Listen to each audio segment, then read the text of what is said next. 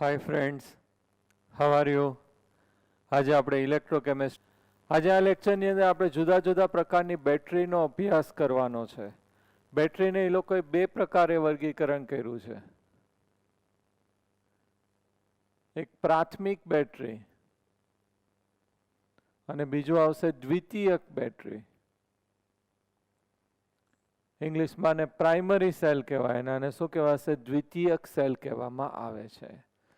પ્રાથમિક બેટરી કોને કહેવાશે? કે જે બેટરી છે એને ઉપયોગ થયા પછી રિચાર્જ કરી શકાય નહીં, અમુક સમય પછી બેટરી છે મૃત બની જાય, નકામી બની જાય, એવા કોષને છે આપણે શું કહીએ છીએ? પ્રાથમિક બેટરી કહેવામાં આવે છે. બરાબર, આપણે પેન્સિલ સેલ છે જે વાપરીએ છીએ દિવાલમાં, જે ઘડિયાળ હોય એની અંદર, તો એ જે છે એ કેવું થશે? પ્રાથમિક બેટરી થશે. અમુક સમયે ઉપયોગ થઈ જાય પછી એને રિચાર્જ ન કરી શકાય ને આપણે ફેંકી દઈએ, એવા કોષને આપણે શું કહીએ છીએ? પ્રાથમિક બેટરી અથવા તો પ્રાઇમરી સેલ. જેને રિચાર્જ કરી શકાય, મોબાઈલમાં જે બેટરી હોય એને આપણે રિચાર્જ કરીએ છીએ, તેવું રિચાર્જ કરી શકાય એવા કોષને આપણે શું કહીએ છીએ? દ્વિતીયક કોષ કહીએ છીએ. તો દ્વિતીયક કોષ છે એની અંદર આપણે અભ્યાસ કરવાનો છે લેડ સંગ્રાહક કોષ. કયો અભ્યાસ કરશું? લેડ સંગ્રાહક કોષ.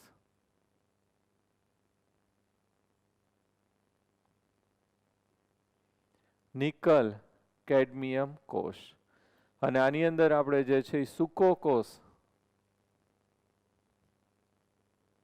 અને બીજું આવશે મર્ક્યુરી કોષ.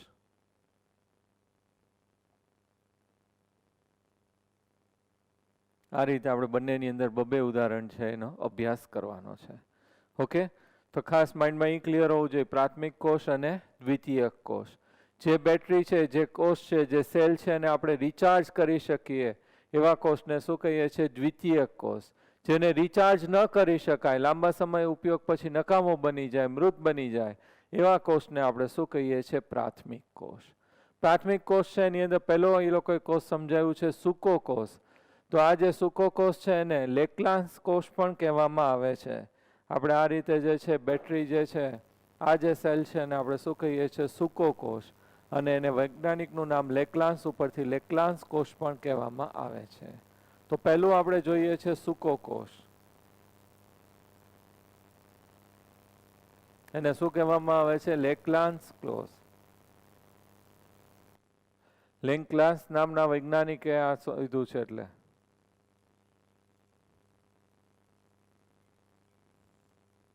ક્લિયર? આની અંદર આપણે આ રીતે ઝીંકનું પાત્ર લઈએ છીએ. જે પાત્ર છે એ કોનું બનેલું છે? ઝીંકનું. અહીંયા વચ્ચે આપણે જે છે ગ્રેફાઇટનો સળિયો રાખવાનો છે. એનો થોડોક ભાગ છે એ કેવો રહેશે? બહાર રહેશે.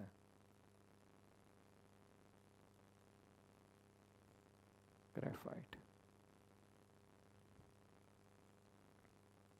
આ રીતે. અહીંયા એની આજુબાજુ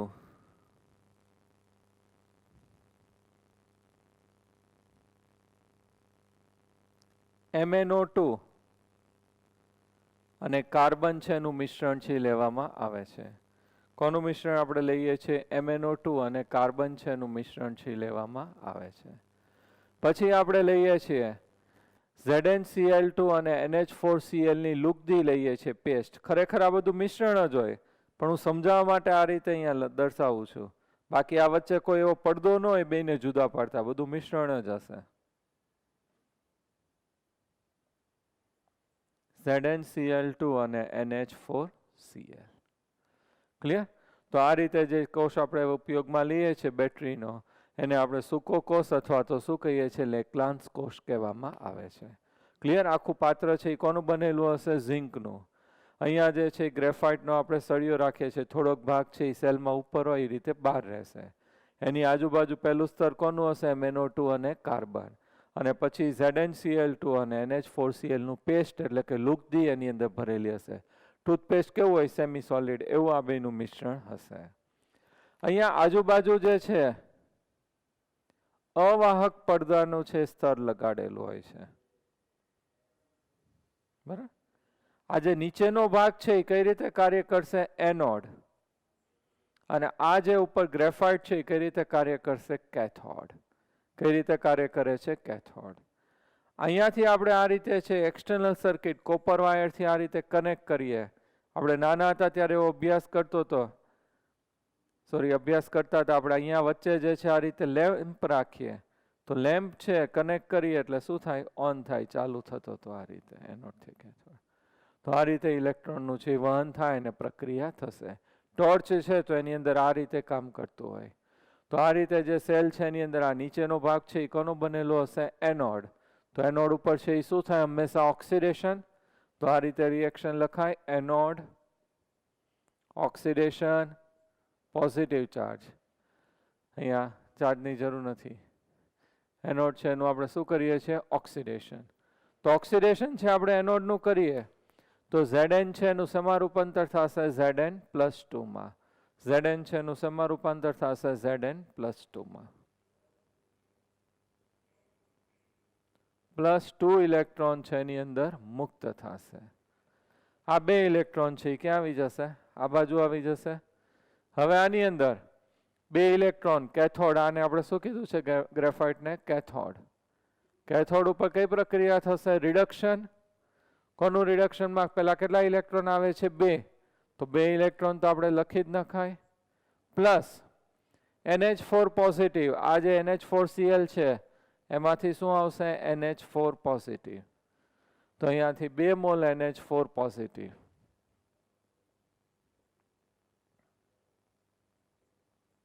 પ્લસ 2 મોલ્સ ઓફ MnO2.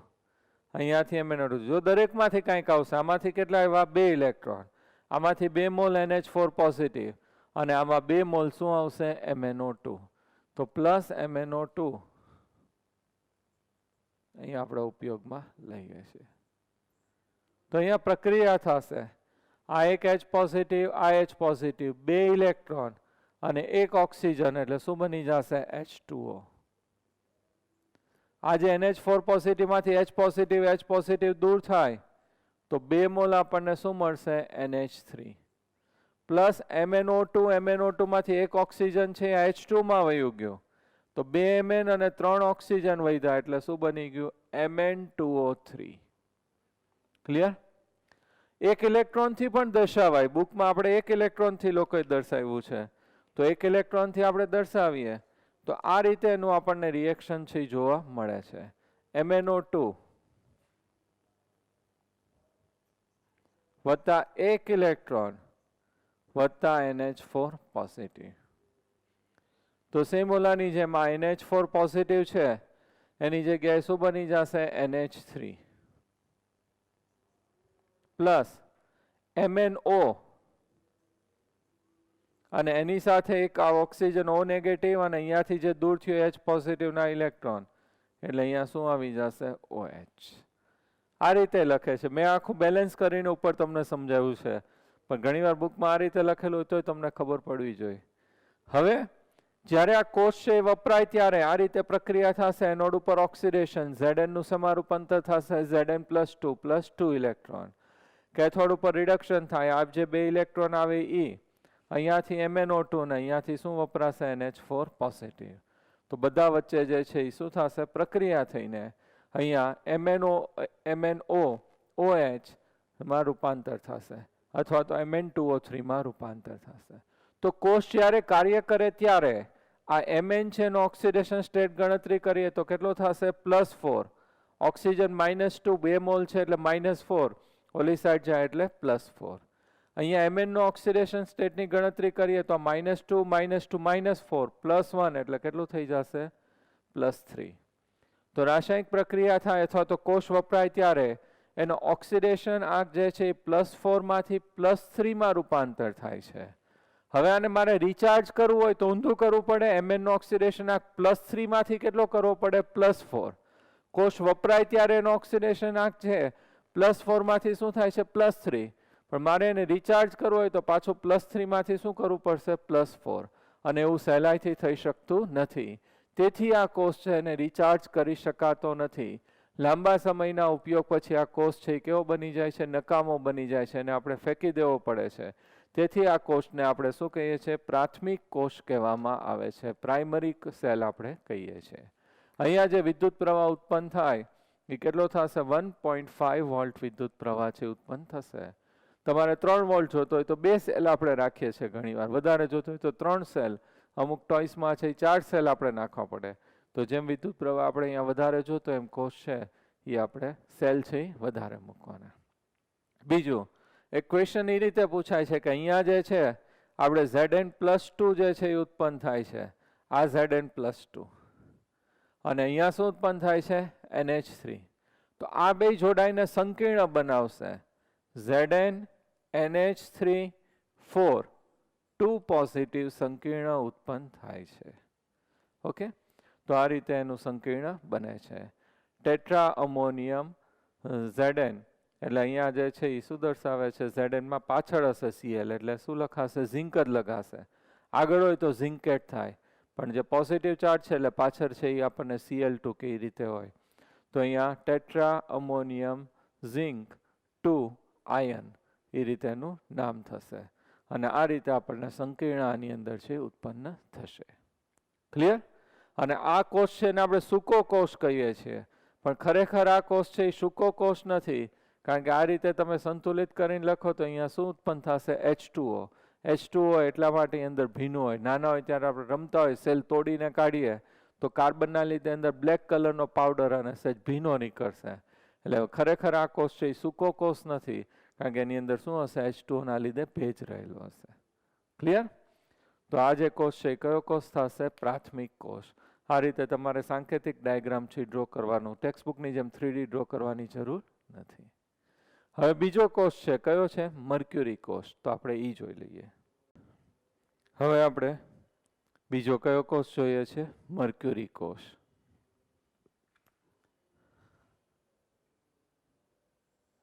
નામ ઉપરથી જ ખબર પડે એની અંદર શું વાપરવાનું આવશે? આપણે મર્ક્યુરી. એટલે આ કોષ છે એને આપણે શું કહીએ છીએ? મર્ક્યુરી કોષ. આ જે છે પ્રાથમિક કોષ છે, એટલે કે આને પણ રિચાર્જ કરી શકાતો નથી. લાંબા ઉપયોગ પછી આપણે એ છે નકામો બની જાય છે, આપણે એને ફેંકી દેવો પડે છે. આ જે કોષ છે એને આપણે બટન સેલ કહીએ છીએ. કેલ્ક્યુલેટરની અંદર જે છે ગોળ છે એ સેલ હોય. આપણી આ ઘડિયાળ છે, રિસ્ટ વોચની અંદર જે સેલ હોય એ કેવો હશે? Button cell. તો એ જે છે એ કોષને શું કહેવામાં આવે છે? મર્ક્યુરી કોષ છે કહેવામાં આવે છે.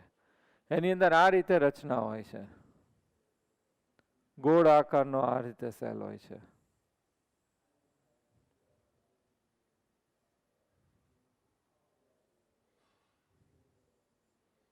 આ રીતે સમજાવવા માટે આપણે અહીંયા ખુલ્લું દર્શાવીએ છીએ.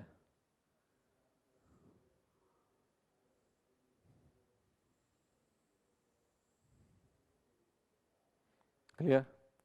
ઉપર જે છે એ એનોડ તરીકે વર્તે છે. આ જે ભાગ છે એ કઈ રીતે વર્તે છે? એનોડ.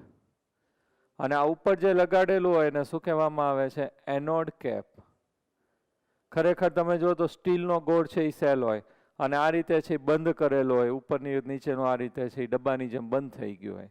તો બટન સેલ, આ ઉપરનો ભાગ છે એને શું કહેવામાં આવે છે? Anode cap. અહીંયા જે છે બંનેની વચ્ચે જે જોડતો ભાગ હોય એને ગાસ્કેટ કહેવામાં આવે છે. એને શું કહેવામાં આવે છે? ગાસ્કેટ. ગાસ્કેટ એટલે વાઇસર. આપણે ઘણીવાર સ્ક્રૂ કેમ બંધ કરવા માટે વચ્ચે વાઇસર રાખીએ એટલે ફિટ થઈ જાય, એને શું કહેવામાં આવે છે? ગાસ્કેટ. અહીંયા વચ્ચે આ જે ભાગ હોય એનોડ અને કેથોડ છે, અલગ કારક. એ બેને છે એ શું કરશે? જુદા પાડશે. નહીં તો એનોડ કેથોડ બે ભેગા થઈ જાય, એટલે વચ્ચે એક એવું પડ હોય કે એનોડ અને કેથોડ છે એને શું કરશે? જુદા પાડશે. અને આ જે નીચેનો ભાગ છે એ કઈ રીતે કાર્ય કરશે? કેથોડ. ઉપર છે એ કઈ રીતે કાર્ય કરશે? એનોડ. નીચેનો ભાગ છે એ કઈ રીતે કાર્ય કરશે? કેથોડ તરીકે કાર્ય કરે છે. ક્લિયર? હવે આની અંદર એનોડ છે, એની અંદર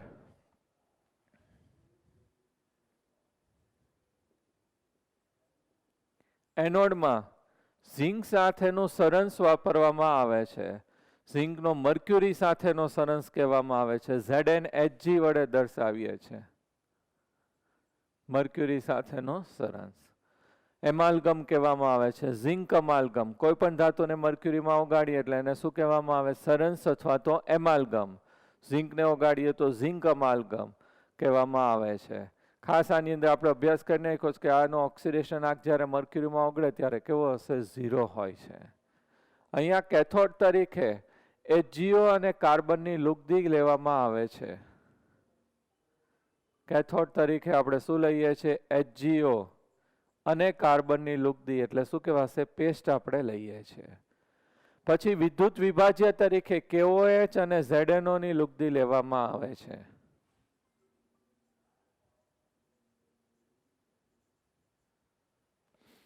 વિદ્યુત વિભાજ્ય તરીકે શું લઈએ છીએ આપણે? KOH અને ZNO.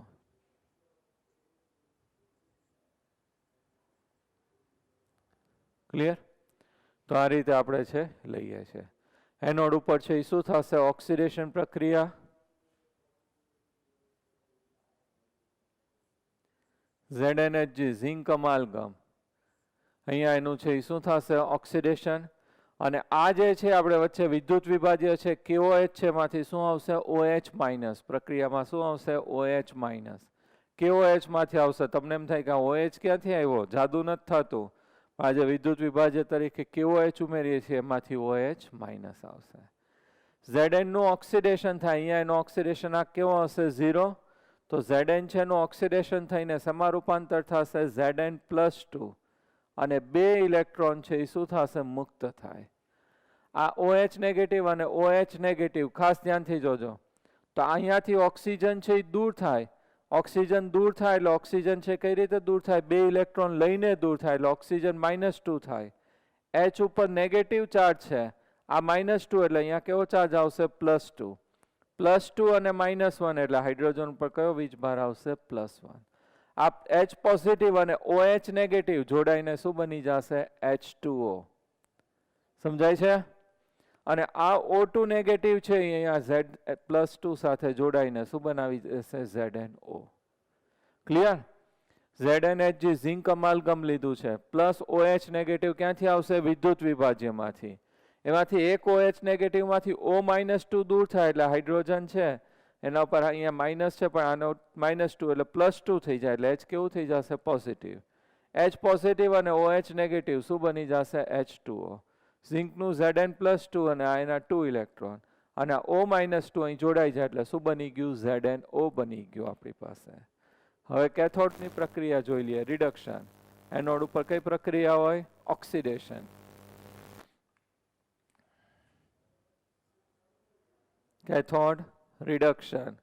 રેડ કેટ મેં એવું કીધું હતું. તો કેથોડ ઉપર આપણી પાસે શું લીધું છે આપણે? HgO વત્તા શું લીધું છે? કાર્બન. તો કાર્બન તો પ્રક્રિયામાં ભાગ નહીં લે, પણ આપણું શું આવશે? HgO mercury oxide. વત્તા આપણા 2 ઇલેક્ટ્રોન જે મુક્ત થયા એ તો ઉપયોગમાં આવશે જ, પ્લસ H2O.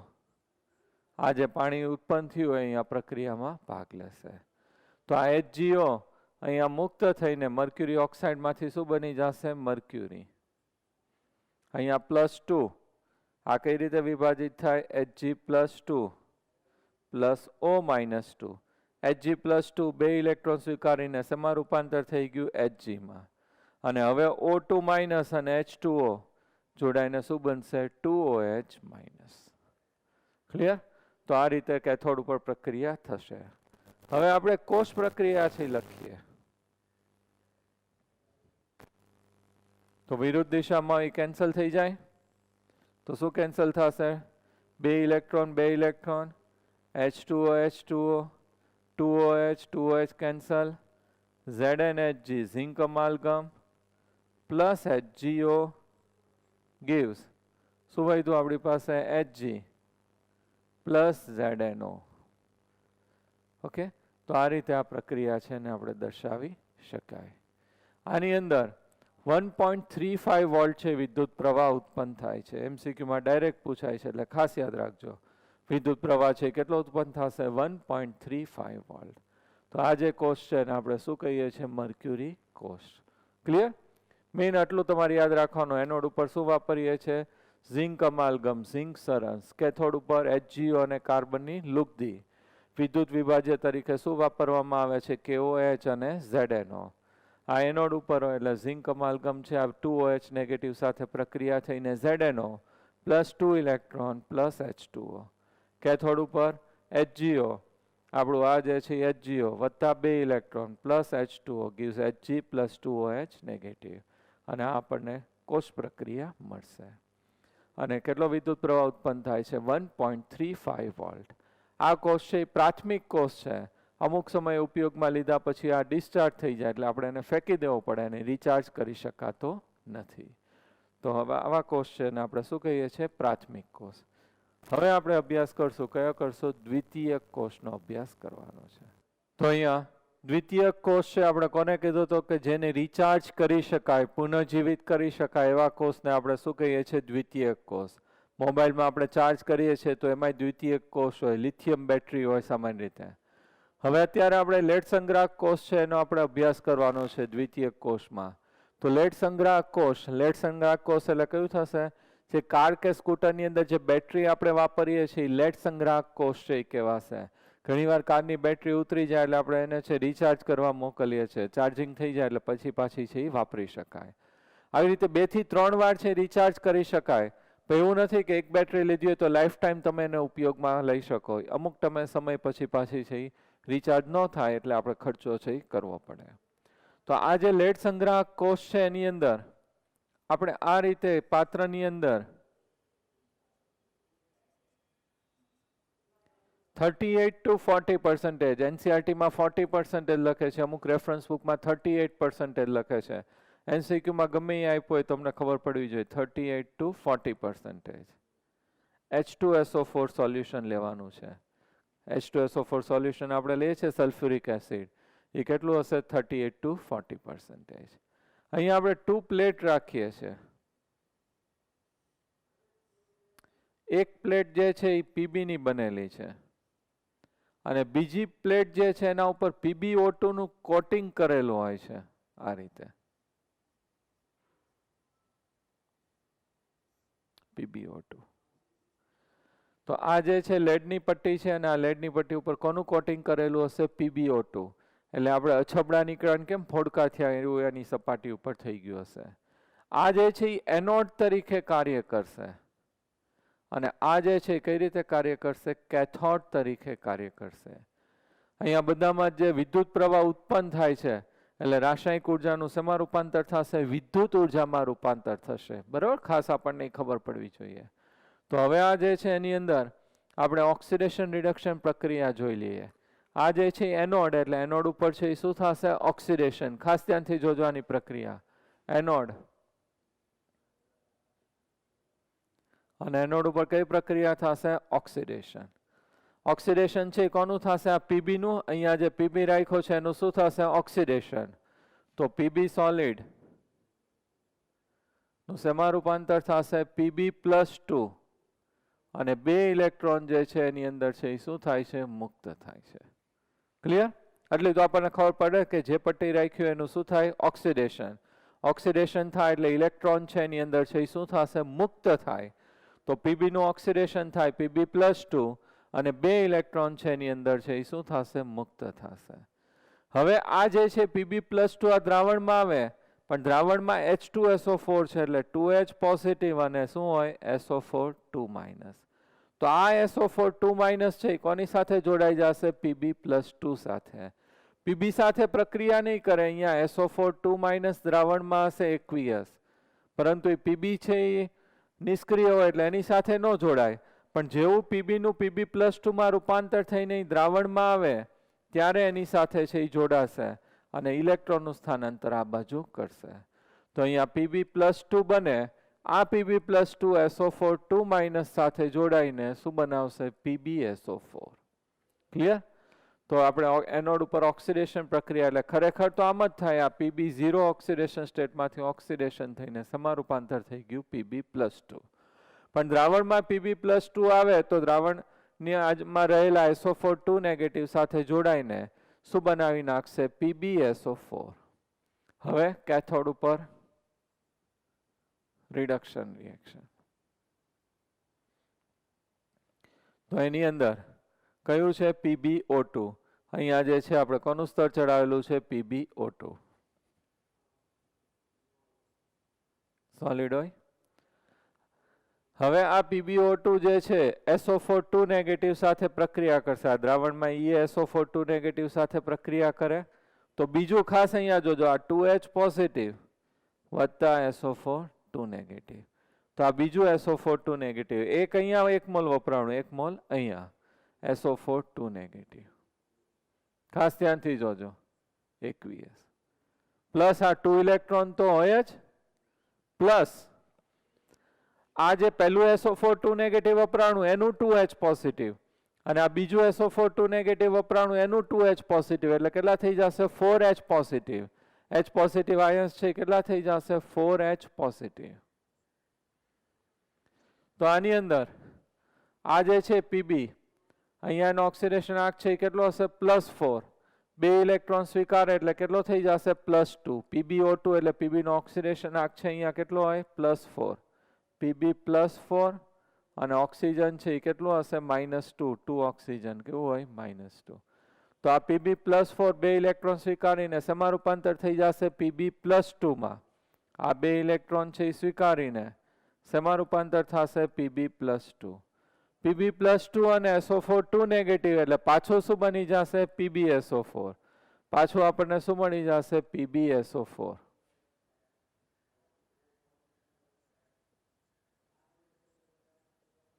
પ્લસ હવે શું વધ્યું આપણી પાસે? 2O2 માઇનસ અને 4H પોઝિટિવ, આ બે જોડાઈને શું બનાવશે? 2H2O. ક્લિયર? તો ફરીવાર જુઓ, PbO2, PB કેટલું છે? +4 અને 2 ઓક્સિજન -2. આ બે ઇલેક્ટ્રોન સ્વીકારીને PB +4 માંથી શું બની જશે? PB +2.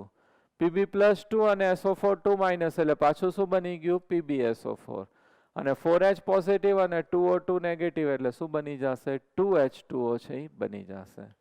તો આ રીતે એની અંદર જે છે એ પ્રક્રિયા થશે.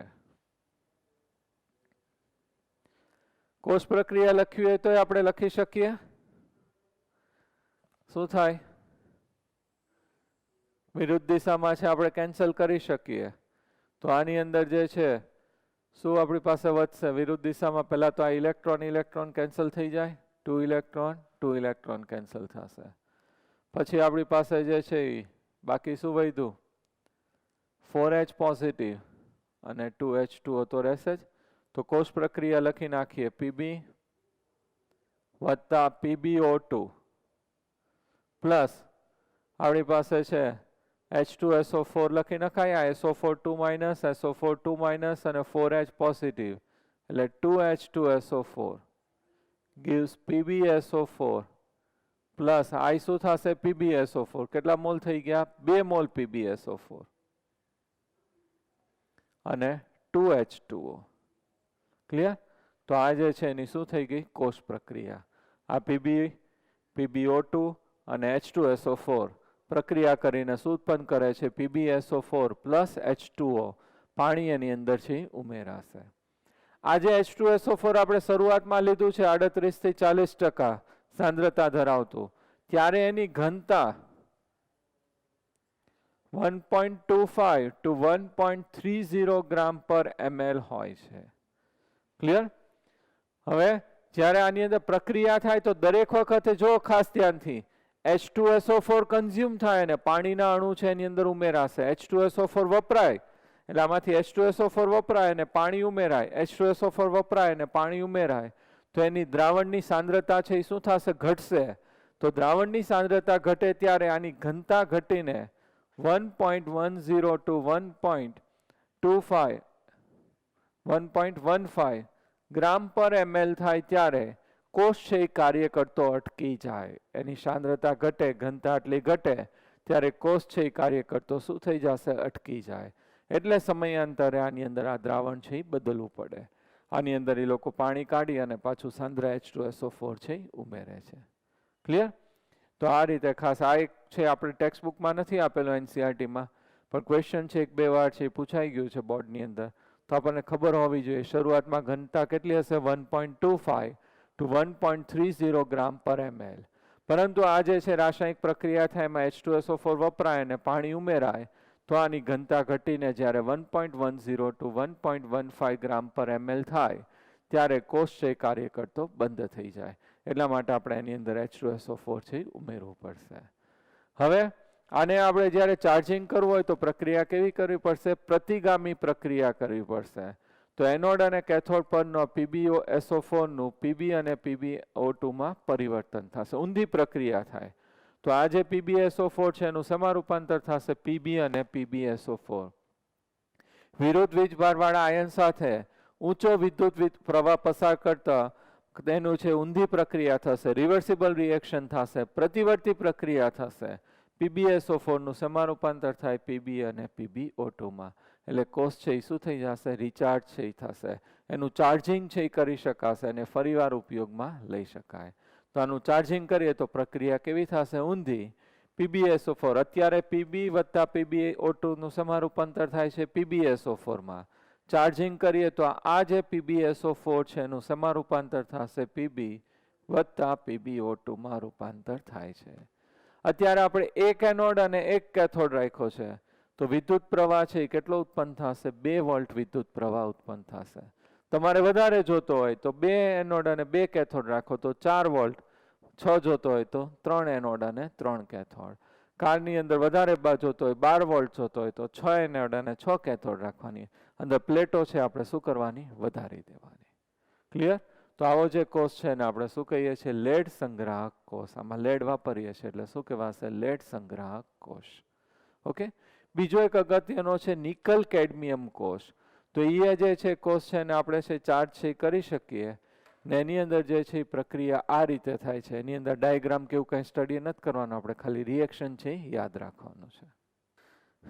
નિકલ કેડમિયમ કોષ એ એક એવો કોષ થશે, દ્વિતીય કોષ, એને ચાર્જ છે કરી શકાય, પુનઃજીવિત છે એ કરી શકાય.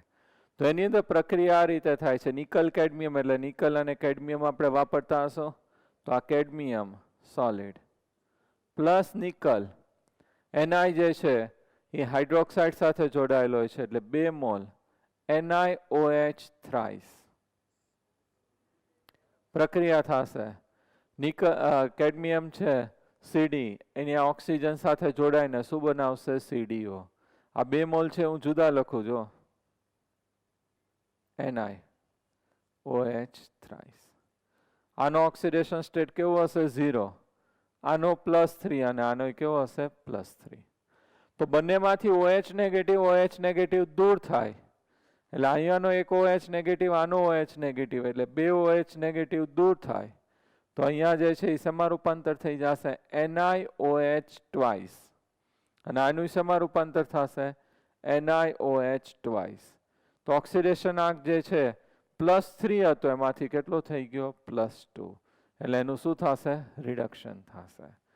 આ જે કેડમિયમ છે એનું શું થાય? ઓક્સિડેશન. Cd નું શેમાં રૂપાંતર થશે? Cd+2 અને 2 ઇલેક્ટ્રોન છે એ શું થશે? મુક્ત થાય. આગળ જે મેં તમને સમજાવ્યું હતું એ રીતે અહીંયા જે છે OH નેગેટિવ માંથી એક ઓક્સિજન છે એ શું થશે? દૂર થાય. OH નેગેટિવ અહીંયાથી દૂર કરીએ એટલે અહીંયા ચાર્જ કેવો આવશે? પ્લસ. અહીંયા કેવો આવશે? પ્લસ. બંને એક એક ઇલેક્ટ્રોન સ્વીકારીને શેમાં રૂપાંતર થઈ જશે? તટસ્થ. એટલે Ni કેવું થશે? +2 અને Ni એ +2. ક્લિયર? એ સમજાણું? આમાંથી OH નેગેટિવ દૂર થાય એટલે અહીંયા કેવો ચાર્જ આવશે? પ્લસ. 2 ઇલેક્ટ્રોન છે એટલે એક આ સ્વીકારે અને એક આ સ્વીકારે એટલે કેવું થઈ જશે? તટસ્થ. OH નેગેટિવ જે છે એમાંથી એક ઓક્સિજન દૂર થાય એટલે -2. હાઇડ્રોજન ઉપર આ માઇનસ અને આ +2 એટલે હાઇડ્રોજન કેવું થઈ જશે? +1. તો આ જે છે એ +1 અને OH માઇનસ, H પોઝિટિવ અને OH નેગેટિવ એટલે શું બની ગયું હોય? H2O. પ્લસ આ Cd+2 અને O-2 એટલે શું બની જશે? CdO બની જશે, કેડમિયમ ઓક્સાઇડ. ક્લિયર? તો આ રીતે આખી પ્રક્રિયા છે એ આપણને જોવા મળશે. આપણે તો ખાલી રિએક્શન છે એ યાદ રાખવાનું છે. બરાબર? રિએક્શન છે શોર્ટમાં આ રીતે લખાશે. Cadmium Cd +2 moles of NiOH thrice નું શેમાં રૂપાંતર થશે? CdO +2 moles of NiOH twice plus શું આવશે? H2O. કોનું ઓક્સિડેશન થાય? Cd નું. 0 માંથી અહીંયા કેટલું થશે? +2 એટલે એનું શું થઈ ગયું? ઓક્સિડેશન. રિડક્શન કોનું થશે? નિકલનું. +3 માંથી +2 તો એનું જે છે એ શું થશે? રિડક્શન. તો એક ઓક્સિડેશન પ્રક્રિયા, બીજી કેવી થશે? રિડક્શન પ્રક્રિયા. ક્લિયર? તો આ જે છે એને શું કહેવામાં આવે છે? નિકલ કેડમિયમ કોષ. ક્લિયર? તો આમની અંદર ખાલી રિએક્શન છે આપણે યાદ રાખવાનું છે. આ કોષ કેવો થશે? દ્વિતીયક કોષ. રિચાર્જિંગ અથવા ચાર્જિંગ કરીએ તો પ્રક્રિયા કેવી થશે? ઊંધી. આ રીતે થશે. અત્યારે કેવી થશે? આ બાજુમાં થતી હશે. ક્લિયર? હવે આપણે અભ્યાસ કરવાનો છે બળતણ કોષ અથવા તો એને ઈંધણ કોષ કહેવામાં આવે છે.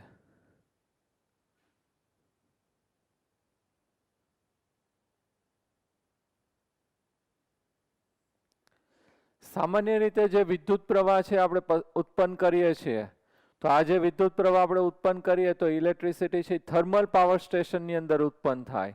હમણાં છે તમે ન્યૂઝમાં વચ્ચે જોયું તો થર્મલ પાવર સ્ટેશન જે છે એ તોડી નાખ્યા, કારણ કે ખૂબ મોંઘા પડતા હતા. એની ક્ષમતા છે એ ખૂબ ઓછી હોય. થર્મલ પાવર સ્ટેશન છે એનું વિદ્યુત ઉત્પન્ન કરવાની ક્ષમતા છે એ 40% ક્ષમતા છે. તમે સ્વામિનારાયણ મંદિર છે ગાંધીનગર ગયા હોય, અક્ષરધામ, એની પાછળ ખૂબ મોટું છે, આખું છે 15-20 માળનું બિલ્ડિંગ હોય, એવી આખી મોટી ચીમની હોય, અને એ થર્મલ પાવર સ્ટેશન છે કહેવામાં આવે છે. ત્યાં જે છે નીચે પાણી છે ને એ શું કરશે? ગરમ કરશે. પાણી ગરમ થાય એટલે એ શેમાં રૂપાંતર થશે? બાષ્પમાં રૂપાંતર થઈને ઉપર આવે. અને ઉપર ટર્બાઇન રાખ્યા હોય, ટર્બાઇન છે એ ફરે એટલે વિદ્યુત પ્રવાહ છે ઉત્પન્ન થાય. તો પ્રક્રિયા બે તબક્કામાં થાય કે પાણીનું પહેલા શેમાં રૂપાંતર કરવું પડે? બાષ્પમાં. અને બાષ્પના લીધે ટર્બાઇન ફરે એટલે વિદ્યુત પ્રવાહ છે ઉત્પન્ન થાય. બે તબક્કામાં પ્રક્રિયા થાય એટલે એની ક્ષમતા છે શું થઈ જશે? ઘટી જાય. પરંતુ એની જગ્યાએ આપણે બળતણ કોષ છે એને હાઇડ્રોજન બળતણ કોષ પણ કહેવામાં આવે છે. એનો ઉપયોગ કરીએ તો એની ક્ષમતા છે ખૂબ વધી જાય. એક જ તબક્કામાં પ્રક્રિયા થાય. રાસાયણિક ઉર્જાનું સીધું જ શેમાં રૂપાંતર થશે? વિદ્યુત ઉર્જામાં રૂપાંતર થાય. એટલે આની ક્ષમતા છે એ 70% જેટલી છે એ હોય છે, વધારે હોય છે. ક્લિયર? તો જે થર્મલ પાવર સ્ટેશન છે એમાં પ્રક્રિયા બે તબક્કામાં થાય. અહીંયા પ્રક્રિયા એક જ તબક્કામાં થશે. રાસાયણિક ઉર્જાનું સીધું જ શેમાં રૂપાંતર થશે? વિદ્યુત ઉર્જામાં. એટલે એની ક્ષમતા છે એ શું થઈ જશે? વધી જાય. ક્ષમતા છે કેટલી થઈ જશે? 70% એની ક્ષમતા છે થઈ જાય છે. ક્લિયર? તો હવે આ જે છે આપણે હાઇડ્રોજન બળતણ કોષ છે એનો આપણે અભ્યાસ કરવાનો છે. તો આ જે છે હાઇડ્રોજન બળતણ કોષ, એની અંદર હાઇડ્રોજન, મિથેન અથવા તો મિથેનોલ છે એ વાપરવામાં આવે છે. અને સીધું જ રાસાયણિક ઉર્જાનું શેમાં રૂપાંતર થાય છે? વિદ્યુત ઉર્જામાં. તો આપણે હાઇડ્રોજન, મિથેન અથવા તો શું વપરાય? મિથેન. આપણા કોષમાં હાઇડ્રોજન બળતણ કોષ છે એટલે આપણે એની અંદર શું વાપરશું? હાઇડ્રોજન. ક્લિયર? તો આ રીતે એની રચના આપણે જે છે એ કરેલી છે કે એની અંદર જે છે પોરસ એટલે કે છિદ્રાળુ કાર્બનના પડદા રાખવામાં આવે છે. આ રીતે આપણે બે છિદ્રાળુ કાર્બનના પડદા રાખેલા છે. અર્ધપારગમ્ય પડદા હશે.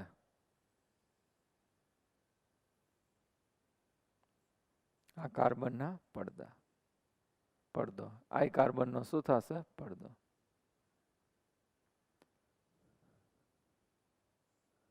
આની અંદર એક્વિયસ અથવા તો જલીય NaOH નું દ્રાવણ ભરેલું હોય છે. એટલે Na plus OH minus, OH minus Na plus, OH minus Na plus, આ રીતે ભરેલું હશે. આ બાજુથી સતત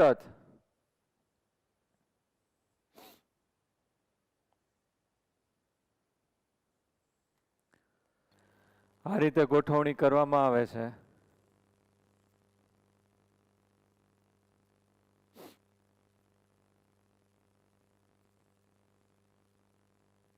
આ બાજુથી સતત હાઇડ્રોજન વાયુ છે એ પસાર કરવામાં આવે છે.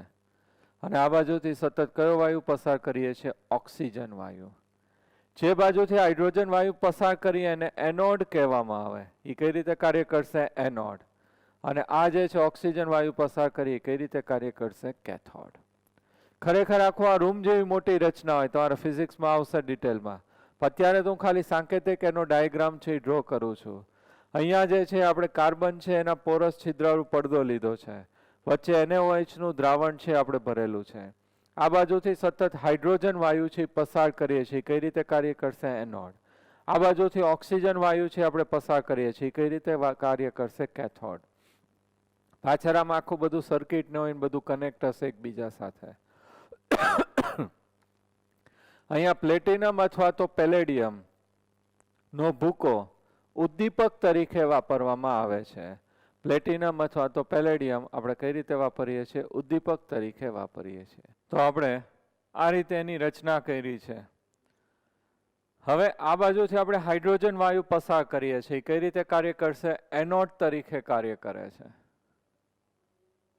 એનોડ ઉપર શું થશે? ઓક્સિડેશન થશે. કયો વાયુ પસાર કરીએ છીએ? અહીંયાથી હાઇડ્રોજન વાયુ. તો અહીંયા રિએક્શન થશે H2 હાઇડ્રોજન વાયુ. અહીંયાથી OH નેગેટિવ આ બાજુ આવશે. આપણે એટલે જ કીધું કે અહીંયા જે છે આપણે કાર્બનનો પડદો છે, છિદ્રાળુ કાર્બનનો પડદો છે આ વાપરીએ છીએ. અને આ જે છિદ્રાળુ કાર્બનનો પડદો જે છે એ OH નેગેટિવ ને એમાંથી પસાર થવા દેશે. તો અહીંયા એનોડ ઉપર જે છે આપણે કયો વાયુ પસાર કર્યો છે? હાઇડ્રોજન. આમાંથી OH નેગેટિવ સાથે પ્રક્રિયા કરશે. તો આ રીતે થશે 2H2 પ્લસ 4OH નેગેટિવ. આ જે H2 જે છે એનું ઓક્સિડેશન થશે. ઓક્સિડેશન થાય તો એની અંદર જે 4 હાઇડ્રોજન છે 2H2 એનું ઓક્સિડેશન થાય 4H પોઝિટિવ પ્લસ 4 ઇલેક્ટ્રોન છે એ મુક્ત કરશે. ઓક્સિડેશન થાય એટલે 4H પોઝિટિવ પ્લસ 4 ઇલેક્ટ્રોન છે એ શું થશે? મુક્ત થાય. આ જે છે એ 4H પોઝિટિવ અને 4OH નેગેટિવ જોડાઈ જાય એટલે શું બની જશે? 4H2O. 4OH પોઝિટિવ અને 4OH નેગેટિવ જોડાઈને શું બનાવશે? 4H2O. અને પ્લસ અહીંયા શું આવશે? 4 ઇલેક્ટ્રોન. ક્લિયર? તો એનોડ ઉપર આ રીતે પ્રક્રિયા થશે. 2H2 plus 4OH negative. H2 અહીંયાથી જે સપ્લાય કરીએ કયા સ્વરૂપમાં છે? વાયુ સ્વરૂપમાં. 4OH નેગેટિવ અહીંયાથી આવશે એટલે એ કેવું હશે? જલીય. પાણી ઉત્પન્ન થાય કેવું હશે? Liquid. Plus 4OH negative. Clear? તો આ રીતે અહીંયા એનોડ ઉપર છે એ પ્રક્રિયા થશે. હવે આપણે કેથોડ ઉપર જે છે એ પ્રક્રિયા જોઈ લઈએ.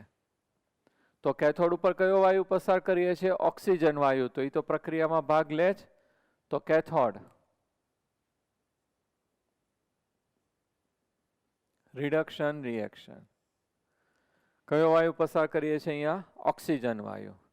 તો O2 પ્લસ કેટલા ઇલેક્ટ્રોન આપણી પાસે આવે છે? 4 ઇલેક્ટ્રોન. પાછળ આખો આ રીતે કનેક્ટ હોય સર્કિટમાંથી એટલે 4 ઇલેક્ટ્રોન પ્લસ આપણી પાસે 4H2O જે છે એમાંથી કેટલા યુઝ થશે? 2H2O જે છે એ આની અંદર વપરાશે. 2H2O. આ જે છે એ વાયુ સ્વરૂપ હોય. આ કેવું હશે? પ્રવાહી. તો O2 પ્લસ 4 ઇલેક્ટ્રોન અને 2H2O જોડાઈને અહીંયા શું બનાવશે? 4OH negative. 21. કોષ પ્રક્રિયા હું લખું તો શું થશે? 4 ઇલેક્ટ્રોન કેન્સલ. 2H2O 4H2O માંથી કેન્સલ થઈ જાય એટલે અહીંયા શું વધશે? 2H2O. 4OH negative cancel.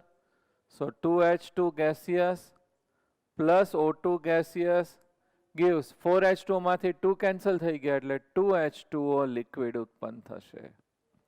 તો આ રીતે પ્રક્રિયા થશે. કયું ઉત્પન્ન થશે? પાણી. તો અહીંયા દરેક વખતે પાણી છે એ ઉત્પન્ન થશે. અને સૌ પ્રથમ આ હાઇડ્રોજન બળતણ કોષ છે, હાઇડ્રોજન ફ્યુલ સેલ કહેવાય. એપોલો સ્પેસશિપ પ્રોગ્રામની અંદર છે એ વૈજ્ઞાનિકોએ વાપર્યો હતો.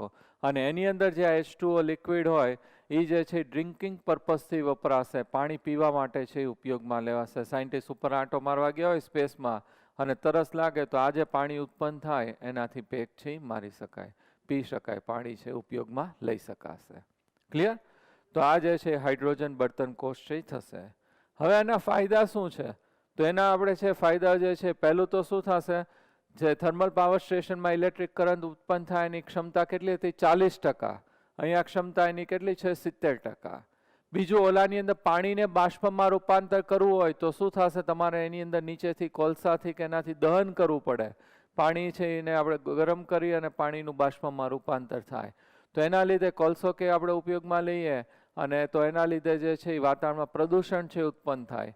તો અહીંયા પ્રદૂષણ છે ઉત્પન્ન થશે નહીં.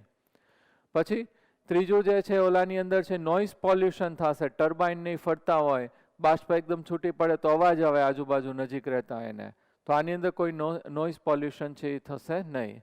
અને અહીંયા જે પાણી ઉત્પન્ન થાય છે એ પીવા માટે ઉપયોગમાં લઈ શકાય છે. એટલા માટે આ બળતણ કોષ છે એનો ઉપયોગ છે કેવું હોય છે વધારે. પણ આ થોડુંક મોંઘું છે એટલા માટે હજી સામાન્ય રીતે રૂટીનમાં આપણે એનો ઉપયોગ નથી કરતા, પણ સ્પેસશિપમાં આ રીતે જ્યારે સાયન્ટિસ્ટ જતા હોય ત્યારે એનો ઉપયોગ છે એ શું કરે છે, વધારે કરે છે. ક્લિયર? તો આ શું થઈ ગયું આપણું હાઇડ્રોજન બળતણ કોષ. હવે આપણને ટોપિક આપ્યો છે હાઇડ્રોજનની આર્થિક વ્યવસ્થા, તો આપણે એ જોઈ લઈએ. ક્લિયર? સાવ સિમ્પલ જ છે ને, તમારે ફિઝિક્સમાં આવી ગયું છે. હાઇડ્રોજન છે એની આર્થિક વ્યવસ્થા. તો હાલના સમયમાં આપણી અર્થવ્યવસ્થાને અંકારતો ઉર્જાનો મુખ્ય સ્ત્રોત અશ્મિગત ઈંધણ જેવા કે કોલસો, તેલ અથવા તો વાયુ છે. જો ગ્રહ ઉપર રહેતા વધુને વધુ લોકો પોતાની જીવનશૈલી સુધારવા માંગતા હોય તો તેમની ઉર્જાની જરૂરિયાત વધશે. હકીકતમાં પ્રતિ વ્યક્તિ વપરાતી ઉર્જાનો વપરાશ છે એ શું થશે, વધશે. કારણ કે દરેક જગ્યાએ ઇલેક્ટ્રિસિટી છે આપણે વાપરીએ છીએ. અને એવું ધારવામાં આવ્યું છે કે ઉર્જા માત્ર ઉત્પાદનીય હેતુ માટે ઉપયોગમાં લેવાય છે અને નહીં કે માત્ર તેનો બગાડ કરવો. અશ્મિગત છે ઈંધણના દહનથી પેદા થાય છે અને કાર્બન છે ડાયોક્સાઇડ જે છે એ ગ્રીન હાઉસમાં શું થશે, અસરમાં પરિણમે છે. CO2 ઉત્પન્ન થાય તો શું થશે, ગ્રીન હાઉસ છે એને ઇફેક્ટ કરશે. આના લીધે પૃથ્વીની સપાટીના તાપમાનમાં વધારો થાય છે અને આના કારણે છે ધ્રુવીય બરફ છે એ શું થશે, પીગળે તો દરિયાની સપાટી છે એ શું થશે, ઊંચી આવશે. આ કિનારા પરના નીચાણવાળા વિસ્તારમાં પૂર લાવે છે અને કેટલાક ટાપુ જ્યાં કે માલદીવ પરની પ્રજા સંપૂર્ણ ડૂબવાની મુશ્કેલીનો સામનો કરે છે. તો આના માટે આપણે નિયંત્રણ મૂકવું પડે. તો એના માટે વૈકલ્પિક છે એ આપણે કયું વાપરી શકીએ, હાઇડ્રોજન જે છે એને આપણે છે એ વાપરી શકીએ. હાઇડ્રોજન ઉત્પાદન સૌર ઉર્જાનો ઉપયોગ કરીને પાણીનું વિપાટન અથવા તો સ્પ્લિટિંગ કરીને મેળવવું જોઈએ. આપણે H2O માંથી છે હાઇડ્રોજન વાયુ છે મેળવવો જોઈએ. આથી હાઇડ્રોજન પૂર્ણ પ્રાપ્તિ અને ઉર્જાના બિન પ્રદૂષક સ્ત્રોત તરીકે ઉપયોગમાં લઈ શકાય. પાણીના વિદ્યુત વિભાજનની હાઇડ્રોજનનું ઉત્પાદન અને ઇંધણ કોષમાં હાઇડ્રોજનનું દહન એ બંને ભવિષ્યના અગત્યમાં રહેશે. ઓકે, હવે આપણે છે ખૂબ અગત્યનો ટોપિક છે જોવા જઈ રહ્યા છે ક્ષારણ. બોર્ડ એક્ઝામ માટે મોસ્ટ IMP છે. આખું થિયરી ક્ષારણ એટલે શું અને ક્ષારણ અટકાવવા માટેની પદ્ધતિઓ સમજાવો, એ રીતે 4 માર્કનો ક્વેશ્ચન છે પૂછાય છે. ઓકે, તો હવે આપણે જે ટોપિક છે સ્ટાર્ટ કરીએ છીએ ક્ષારણ. ક્ષારણ ક્ષારણ છે એને આપણે રૂટીન લાઈફ છે એની અંદર 3 એક્ઝામ્પલ સામાન્ય રીતે જોતા હોય છે. પહેલું છે લોખંડને કાટ લાગવો. લોખંડની જે બારી હોય, દરવાજા હોય એના ઉપર છે ભેજના સંપર્કમાં આવે અથવા વરસાદના પાણીના સંપર્કમાં આવે ત્યારે એને કાટ લાગે છે. ત્યાંથી પોપડી છે એ ખરવા માંડે છે તો એને આપણે છે કાટ લાગવો કહીએ છીએ. તો લોખંડને કાટ લાગવો. બીજું ચાંદીના વાસણો છે એની શાઇનિંગ છે એ ખરાબ થઈ જાય, ડલ પડી જાય, એના ઉપર પેચીસ છે એ ઉત્પન્ન થાય. ચાંદીના વાસણો કે દાગીના તમે બેમને બહાર રાખી મૂકો તો એની શાઇનિંગ છે એ ઝાંખી પડી જશે, કાળા રંગના એના ઉપર ધાબા છે એ પડી જાય છે. ત્રીજું બ્રાસ અથવા તો કોપરના વાસણ હોય એના ઉપર લીલા રંગના ધાબા પડે છે. પૂજા કરવાનો જે લોટો હોય, જેઠાલાલ તમને ટીવીમાં દેખાડે બબીતાને જોઈને આમ સૂર્ય નમસ્કાર કરતો હોય, તો એ જે લોટો જે છે એના ઉપર એમને રાખી મૂકો તો એના ઉપર એ ધાબા પડી જશે. તો આ જે બધા જે આપણને ઉદાહરણ જે છે એ ક્ષારણના લીધે જોવા મળે છે. તો 3 ઉદાહરણ છે, લોખંડને કાટ લાગવો, ચાંદીની ચરકાટ છે એ ઝાંખી પડવી અને તાંબા અથવા તો પિત્તળના વાસણો જે છે, કાંસાના અથવા તો તાંબાના જે વાસણો છે એના ઉપર લીલા રંગનું પડ છે એ ચઢે છે. હવે ક્ષારણ છે ક્યાંથી ચાલુ થશે? તો ક્ષારણ છે સામાન્ય રીતે જ્યાં ધાતુ હોય એની અંદર વળાંક આવતો હોય ત્યાં આગળથી ક્ષારણ છે ચાલુ થશે. ધાતુની અંદર ધારો કે આ બુક છે તો આ જે છે એ ધાતુની પ્લેટ આ રીતે હોય તો એની અંદર છે લોખંડની પ્લેટ હોય તો Fe પરમાણુ જે છે એ આ બધા વ્યવસ્થિત ગોઠવાયેલા હોય ધાતુમાં. પરંતુ જ્યારે કોઈ પણ એને આકાર આપવામાં આવે, કબાટ બનાવીએ, ખુરશી બનાવીએ, ટેબલ બનાવીએ, ત્યારે આ રીતે વાળવામાં આવે ત્યારે આટલા ભાગની અંદર ગોઠવણી છે એની અંદર શું થશે? અવ્યવસ્થા ઉત્પન્ન થશે. તો આવો ભાગ જ્યારે ભેજના સંપર્કમાં આવે ત્યારે ત્યાં આગળથી ક્ષારણ છે ચાલુ થશે. તો ક્ષારણ છે ક્યાંથી ચાલુ થશે? કે જ્યાં આગળ એની અંદર શું આવેલો હોય? વળાંક આવેલો હોય. વળાંક હોય ત્યાં આગળ ગોઠવણીમાં અવ્યવસ્થા ઉત્પન્ન થાય. એટલા માટે અહીંયા જો તમે આ જે બોર્ડ છે તો બોર્ડમાં દરેક ખૂણા ઉપર અહીંયા એ લોકોએ પ્લાસ્ટિકની પ્લેટ છે લગાવી દીધી છે, PVC. એ એટલા માટે કે ત્યાંથી ક્ષારણ છે ચાલુ થાય નહીં. તો સામાન્ય રીતે ક્ષારણ છે ક્યાંથી ચાલુ થશે? જ્યાં આગળ ધાતુની અંદર છે શું આવેલો હશે? વળાંક આવેલો હોય ત્યાં, અથવા તો એની અંદર અશુદ્ધિ આવેલી હોય. કોપરની અશુદ્ધિ આવેલી હોય તો કોપર અને Fe બંનેનો કદમાં છે એ ફેરફાર હોય તો એટલા ભાગની અંદર વ્યવસ્થા છે ગોઠવણીમાં શું ઉત્પન્ન થશે? અવ્યવસ્થા ઉત્પન્ન થાય. એટલે ત્યાં આગળથી પણ ક્ષારણ છે એ ચાલુ થશે. તો બે જગ્યાએથી ક્ષારણ ચાલુ થવાની સંભાવના છે કે એક એની અંદર અશુદ્ધિ આવેલી હોય, કોપરનું કદ જુદું હોય અને Feનું કદ જુદું હોય, એટલા માટે ત્યાં આગળ અવ્યવસ્થા ઉત્પન્ન થાય. અથવા તો જ્યાં આગળ વળાંક આવતો હોય, આ રીતે બેન્ડ આવતું હોય, તેવા ભાગ જે છે એ ભેજના સંપર્કમાં આવે ત્યારે ત્યાંથી ક્ષારણ છે એ ચાલુ થશે. ઓકે, તો આવો ભાગ જે છે એ ભેજના સંપર્કમાં આવે ત્યારે એનું ક્ષારણ છે એ ચાલુ થાય. તો ભેજના સંપર્કમાં આવે, ધારો કે લોખંડની આ રીતે પ્લેટ છે, આ પ્લેટમાં Fe હોય લોખંડમાં, એ ભેજના સંપર્કમાં આવે એટલે એનું ઓક્સિડેશન થશે, Fe+2 અને 2 ઇલેક્ટ્રોન છે એ મુક્ત થાય. ધારો કે અહીં ખૂણામાં પ્લેટ ઉપરથી અહીંયા ક્ષારણ ચાલુ થયું તો Fe નું ઓક્સિડેશન થાય, Fe+2 માં રૂપાંતર થાય અને 2 ઇલેક્ટ્રોન છે એ મુક્ત થાય. આ જે 2 ઇલેક્ટ્રોન છે એ પ્લેટની અંદર સ્થાનાંતર થશે. એટલે અહીંયા થયું હોય તો ત્યાંથી આ 2 ઇલેક્ટ્રોન છે એનું શું થશે? સ્થાનાંતર થશે. આ 2 ઇલેક્ટ્રોન જે છે એ ક્યાં ઊભા રહેશે? જ્યાં એને શું મળશે? એની ગર્લફ્રેન્ડ. એની ગર્લફ્રેન્ડ કોણ છે? H positive. H પોઝિટિવ કઈ રીતે ક્યાંથી મળશે? H2CO3 માંથી. અને H2CO3 કઈ રીતે બન્યું હોય? કોના લગ્ન થશે? H2O અને CO2. તો વાતાવરણમાં જે H2 હોય, ભેજ હોય, એની અંદર CO2 ઓગળી જાય એટલે શું બનશે? H2CO3 અને H2CO3 છે શું આપશે? H positive. ક્લિયર? હવે આ રીતે ઇલેક્ટ્રોન છે અહીંયા સ્થાનાંતર થતા જાય તો અહીંયા આપણે 2 છે એની જગ્યાએ કેટલા લખીએ છીએ? 4 ઇલેક્ટ્રોન. એ રીતે વાતાવરણમાંથી શું આવશે? 4H positive. અને ઓક્સિજન તો છે એની અંદર હોય જ, તો +O2 શું બની જશે? 2H2O. ક્લિયર? તો આ રીતે જ્યારે લોખંડનો ભાગ આપણે શું કીધું? જ્યાં શું હશે? વળાંક હોય અથવા તો અશુદ્ધિ હોય, ત્યાં આગળ ગોઠવણીમાં અવ્યવસ્થા ઉત્પન્ન થઈ એવો ભાગ છે વાતાવરણના ભેજના સંપર્કમાં આવે ત્યારે એનું ઓક્સિડેશન થશે. તો અહીંયા જે છે એ શું થઈ ગયું? ઓક્સિડેશન. ઓક્સિડેશન થાય એને આપણે શું કહીએ છીએ? એનોડ. અને અહીંયા શું થશે? રિડક્શન. રિડક્શન થાય એને આપણે શું કહીએ છીએ? કેથોડ. તો આ Fe છે એનું શું થશે? ઓક્સિડેશન. Fe+2 માં રૂપાંતર થશે અને 2 ઇલેક્ટ્રોન જે મુક્ત થાય એ આ રીતે પ્લેટની અંદર સ્થાનાંતર થશે ને એ ક્યાં ઊભા રહેશે? જ્યાં એને શું મળશે? H પોઝિટિવ છે એ મળશે. એને H પોઝિટિવ છે એ ક્યાંથી મળશે? H2CO3 માંથી. ને H2CO3 કઈ રીતે બન્યું હોય? CO2H2 ની અંદર ઓગળી જાય એટલે. તો આ જે 2 ઇલેક્ટ્રોન આવ્યા પહેલી વાર, પછી પાછા 2 આવે એટલે કેટલા ઇલેક્ટ્રોન થશે? 4 ઇલેક્ટ્રોન. H2CO3 માંથી H પોઝિટિવ અને વાતાવરણના ઓક્સિજન સાથે જોડાઈને શું બની જશે? 2H2O. અહીંયા ઓક્સિડેશન થયું એટલે એનોડ, અહીંયા રિડક્શન થયું એટલે શું થઈ ગયું? કેથોડ. તો ઇલેક્ટ્રોલિટિક સેલ જેવું બની ગયું, એક એનોડ અને બીજું શું થઈ ગયું? કેથોડ બની ગયું. હવે આ Fe+2 છે એનું ફરીવાર ઓક્સિડેશન થશે. તો આ Fe+2 જે છે એનું ઓક્સિડેશન થઈને શેમાં રૂપાંતર થશે? Fe+3 અને ઋણ વીજભાર છે એ શું થશે? ઇલેક્ટ્રોન છે એ મુક્ત થશે. તો આ Fe છે એનું ફરીવાર વાતાવરણમાં ઓક્સિડેશન દ્વારા ઓક્સિડેશન થશે.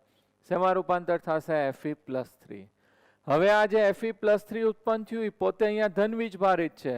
કેથોડ કેવું હોય? ઋણ વીજભારિત. એટલે તરત જ Fe+3 પોતે અહીંયા સ્થાનાંતર થશે.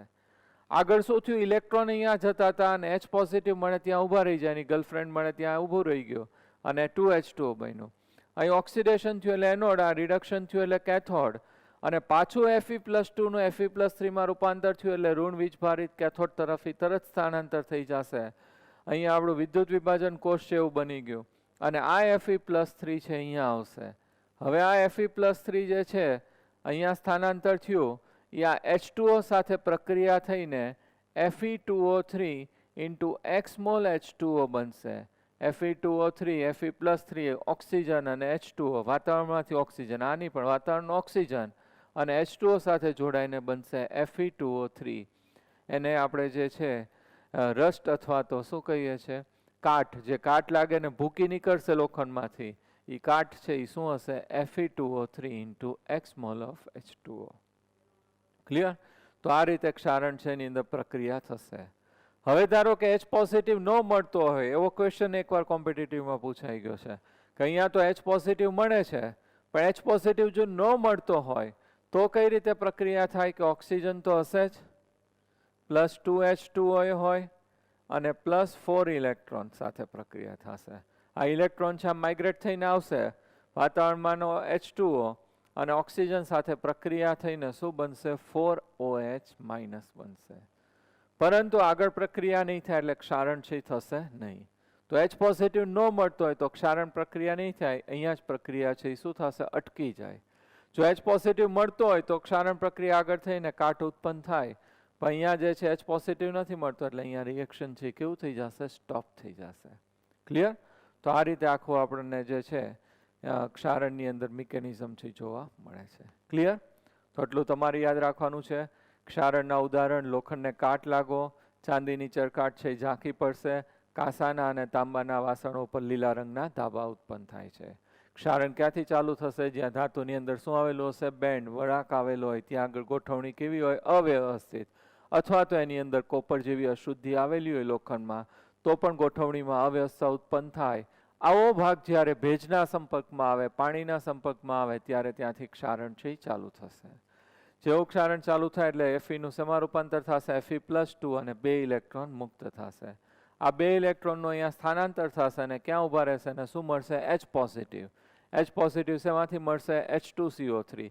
H2CO3 કઈ રીતે બન્યું હોય? CO2 પાણીની અંદર ઓગળી ગયું હોય. તો આ જે છે H પોઝિટિવ અને ઓક્સિજન વાતાવરણમાંથી 2H2O. અહીંયા ઓક્સિડેશન થયું એનોડ, રિડક્શન થયું એટલે કેથોડ, વિદ્યુત વિભાજન કોષ છે બની ગયો. ફરીવાર Fe+2 વાતાવરણના ઓક્સિજનથી ઓક્સિડેશન થઈને Fe+2માં રૂપાંતર થાય. Fe+2 પોતે તરત સ્થાનાંતર કેથોડ તરફ થશે અને ત્યાં વાતાવરણમાંના ઓક્સિજન, હવામાંના ઓક્સિજન અને પાણી સાથે અહીંયા જે ઉત્પન્ન થયું H2O એની સાથે જોડાઈને Fe2O3 XH2O બનાવશે અને શું કહેવામાં આવે છે? કાટ. લોખંડને કાટ લાગે એટલે જે પાવડર નીકળશે, ભીનો ભૂકો નીકળશે, એ જે છે એ કયું હશે? Fe2O3 × XH2O. હવે જો H પોઝિટિવ ન મળે તો શું થઈ જાય? કયું રિએક્શન થશે? આ રીતે અહીંયાથી ઇલેક્ટ્રોન તો આવશે જ, H2O વાતાવરણમાં અને ઓક્સિજન વાતાવરણમાં સાથે પ્રક્રિયા થઈને 4OH છે એ બનશે, પરંતુ આગળ પ્રક્રિયા નહીં થવાથી ક્ષારણ છે એ પૂરું થશે નહીં. ક્લિયર? તો આવું જે છે લોખંડને કાટ લાગતો હોય, આવું બધું થાય એટલે ઘણું બધું આપણું જે છે નુકસાન થાય. વાતાવરણની અંદર છે આ બધી પ્રક્રિયા થવાથી લોખંડ છે ઘણો બધો છે ખવાઈ જાય એટલે એનું પ્રમાણ છે ઘટે. તો એને આપણે અટકાવવું પડે. તો અટકાવવા માટે જે છે ક્ષારણ અટકાવવા માટે આપણે જુદી જુદી પદ્ધતિ છે એ લોકોએ આપી છે. કારણ કે આપણી અંદર શીપ હોય તો પાણીની અંદર છે શીપ જાતી હોય તો એની અંદર એક ક્ષારણ થશે. પાણીના પાઇપ જે છે એ આપણે લોખંડના બનેલા હોય તો એની અંદર પણ ક્ષારણ થાય છે. તો આવું બધું અટકાવવા માટેની લોકોએ પદ્ધતિ આપી છે.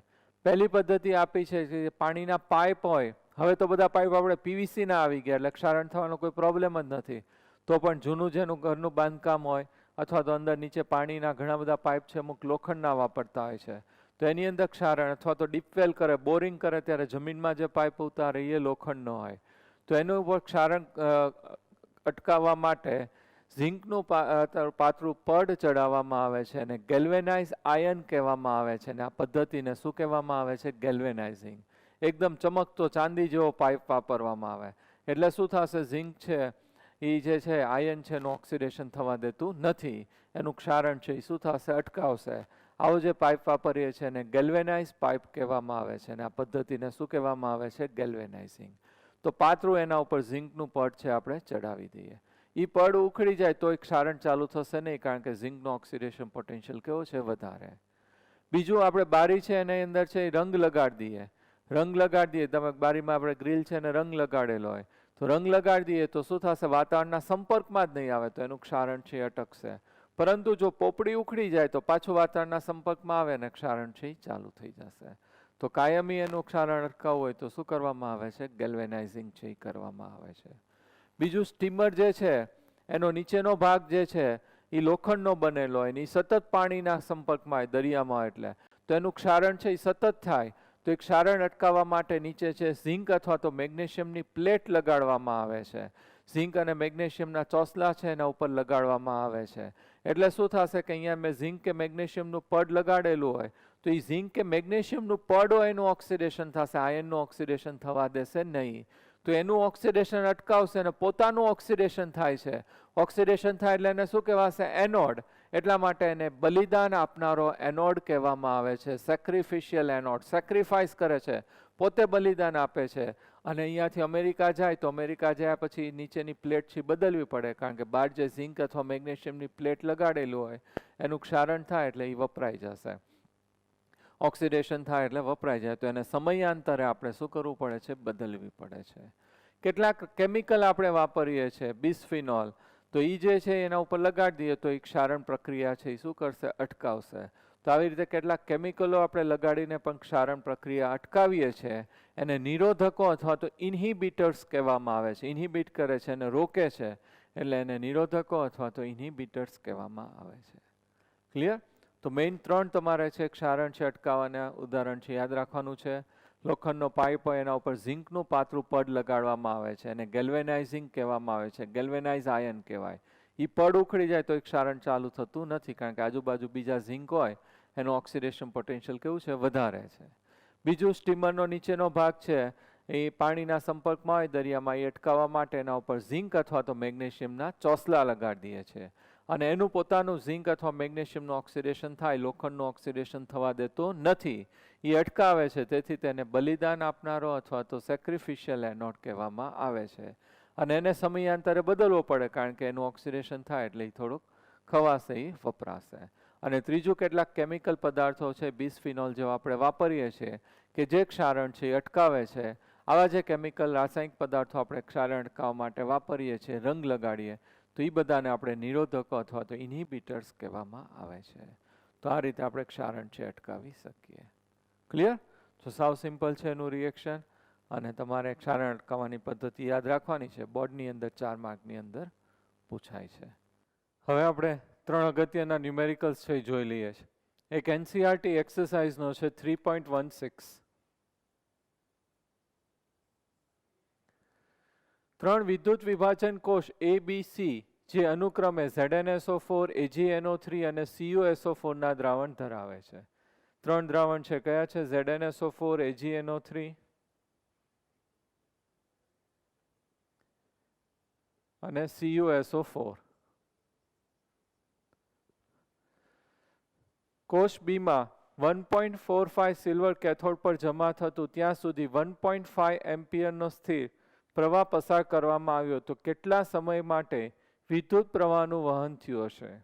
તો AgNO3 માટે એ લોકો આપી દીધું છે, એનું વિભાજન કઈ રીતે થાય? Ag plus NO3 minus. Ag plus માટે આપણે સમય ગોતવાનું છે. કયું સૂત્ર છે? વેઇટ બરાબર તુલ્ય ભાર IT અપોન 96500 કુલમ. વજન આપણને ક્વેશ્ચનમાં આપી દીધું છે, કેટલું આપ્યું છે? 1.45 ગ્રામ. ઇક્વિવેલન્ટ વેટ અને તુલ્ય ભાર બંને Ag માટે સેમ જ થશે, 108 ગુણ્યા I. કેટલું આપ્યું છે ક્વેશ્ચનમાં? 1.45. સોરી, વજન છે આપણે 1.45 અને એમ્પિયર કેટલું આપ્યું છે? 1.5. ટી આપણે સમય ગોતવાનો છે, ડિવાઇડેડ બાય 96500. તો અહીંયા ટી આપણને છે એ શેમાં મળશે? સેકન્ડમાં. ઓકે, તો અહીંયા આવે છે 863.7. જો મિનિટમાં આપણે રૂપાંતર કરવું હોય તો 60 વડે છે એ ભાગી નાખીએ તો જવાબ આવશે 14.4 મિનિટ. ક્લિયર? હવે આપણે ગોતવાનું છે કેટલું ઝિંક આવે છે અને કેટલું કોપર ઉત્પન્ન થાય છે. તો આ ZnSO4 છે એ કઈ રીતે વિભાજિત થાય? Zn+2 અને SO4 2 માઇનસ, અને CuSO4 Cu+2 અને SO4 2 માઇનસ. તો આ જ સૂત્ર વાપરીને આપણે વજન શોધી નખાય સીધું. તો આના માટે આપણે કરીએ ZnSO4 માટે પહેલા કરીએ. તો વજન બરાબર એનો જે છે અણુભાર છે Zn નો કેટલો થશે? 65 તુલ્ય ભાર લેવાનો છે એટલે 65/2 ગુણ્યા 96500. કરંટ કેટલો છે? 1.5. બધામાં સમય અને કરંટ બંને સમાન જ આવશે, કારણ કે બધાને શ્રેણીમાં જોઈન્ટ કર્યા છે. તો 1.5 અને ઇન્ટુ ટી સમય સેકન્ડમાં કેટલો મળ્યો? 863.7. તો અહીંયા આપણે સોલ્વ કરીએ તો આપણને વેઇટ છે એ મળી જશે. કોનું વેઇટ મળશે? ઝિંકનું. Zn છે એનું વેઇટ આપણને મળી જશે. ક્લિયર? તો આ રીતે આપણે જે છે એ કોનું વેઇટ ફાઇન્ડ કરશું? Zn. એવી જ રીતે આપણે કોપરનું વેઇટ છે એ ફાઇન્ડ કરી લેવાય, તો આપણને કોપરનું મળી જશે. ઓકે, તો તમે આ છે એ જાતે સોલ્વ કરજો, આન્સર છે એ આવી જશે 0.436. એવી રીતે આપણે કોપર માટે લઈએ તો કોપરનું વેઇટ બરાબર એનો જે પરમાણુ ભાર કેટલો છે 63.5 ગુણ્યા 1.5 863.7 divided by 2 into 96500 coulomb.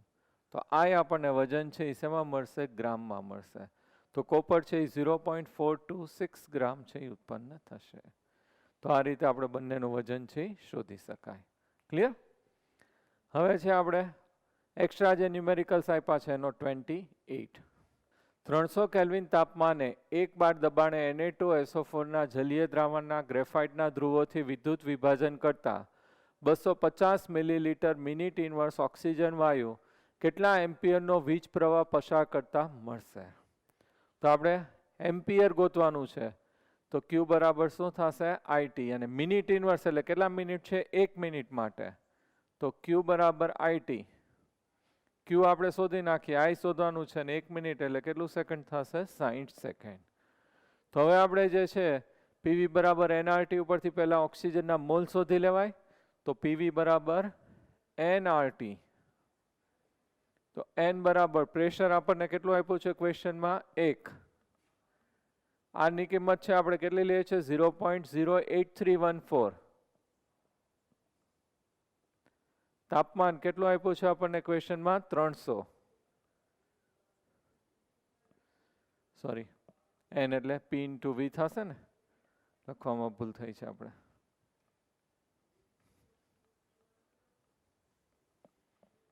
N બરાબર PV upon RT. તો પ્રેશર કેટલું થશે? એક વાતાવરણ.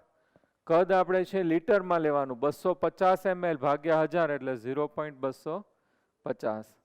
આની કિંમત 0.08314 અને તાપમાન કેલ્વિનમાં 300 કેલ્વિન. સોલ્વ કરીએ એટલે આપણને મોલ સંખ્યા મળી જશે 0.01 મોલ O2 ઓક્સિજન છે આપણને મળી ગયું. ક્લિયર? એના મોલ મળી ગયા. હવે આપણે કયો વાયુ ઉત્પન્ન થાય છે ક્વેશ્ચનમાં? ઓક્સિજન વાયુ. એટલે Na2SO4 નું જલીય દ્રાવણ હોય ત્યારે મેં કરાવ્યું હતું એનોડ અને કેથોડ બંને ઉપર વિદ્યુત વિભાજન છે એ કોનું થશે? ઓક્સિજનનું. તો H2O gives 1/2 O2 plus 2H positive plus 2 electron. તો અહીંયા આપણી પાસે જે છે કેટલા મોલ છે? અડધો મોલ. તો 0.5 મોલ હોય તો કેટલા ઇલેક્ટ્રોન આવે છે? 2 ઇલેક્ટ્રોન એટલે 2 ફેરાડે. અને 2 ફેરાડે એટલે શું લખાશે? 2 into 96500 કુલમ. તો આપણી પાસે કેટલા મોલ છે? 0.01 મોલે કેટલા? કુલમ. તો અહીં આપણે સોલ્વ કરીએ તો આપણને શું મળી જશે? કુલમ મળી જશે. તો અહીંયા આપણને કુલમ છે એ કેટલા મળે છે? 3860 કુલમ છે એ મળી જશે. ક્લિયર? હવે આપણે આની અંદર કિંમત મૂકી દઈએ. I બરાબર 3860 ડિવાઇડેડ બાય 60. તો આપણને આન્સર છે એ એમ્પિયરમાં આવી જશે 64.33. I બરાબર 64.33 એમ્પિયર. ક્લિયર? તો આ રીતે આપણે છે એમ્પિયર છે ગોતી લેવાનું. 31. 1 લીટર 0.6 મોલર CuCl2 એનું શરૂઆતની સાંદ્રતા કેટલી આપી દીધી છે? 0.6 મોલર CuCl2 ના જલીય દ્રાવણમાં નિષ્ક્રિય વિદ્યુત ધ્રુવો ડુબાડીને 4.5 એમ્પિયરનો વિદ્યુત પ્રવાહ 1.15 કલાક માટે પસાર કરતા કેટલા ગ્રામ કોપર મળશે? દ્રાવણની સાંદ્રતાનો ફેરફાર કેટલો થશે એ આપણે શોધવાનો છે. તો Q બરાબર IT છે પેલા શોધી લેવાય, અથવા તો ડાયરેક્ટ વજન જ શોધી લઈએ ને આપણે તો સૌથી સરળ પડે. આપણને વજન છે મળી જાય. તો વજન બરાબર equivalent weight IT upon 96500. Copper જે છે એનો કેટલો થશે? 63.5. I આપણને ક્વેશ્ચનમાં આપી દીધું છે. કેટલું આપ્યું છે? I 4.5. 1.15 કલાક ગુણ્યા 60 મિનિટ ગુણ્યા 60 સેકન્ડ ડિવાઇડેડ બાય 96500 કુલમ. તો અહીંયા આપણે સોલ્વ કરીએ તો આપણને એનું વજન છે એ મળી જશે. કેટલું મળે છે? 6.127 ગ્રામ. હવે એ લોકો એના ઉપરથી મોલારિટી શોધી નાખી છે. તો આપણે મોલારિટી છે એ 1 લિટર આપણને કદ આપ્યું છે, તો મોલારિટી બરાબર વજન છેદમાં આણ્વીય દર 63.5 અને ગુણ્યા કદ લીટરમાં, એટલે કેટલા લીટર આવશે? 1 લીટર. તો આને આપણે સોલ્વ કરીએ તો 0.0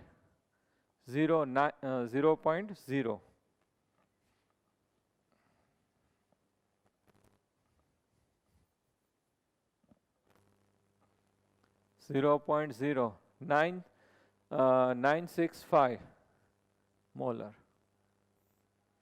આપણને ક્વેશ્ચનમાં સાંદ્રતામાં થતો ફેરફાર કીધો, તો શરૂઆતની સાંદ્રતા કેટલી છે? 0.6 મોલર માઇનસ 0.0965, તો બેનો ફેરફાર આપણે લઈએ તો 0.5035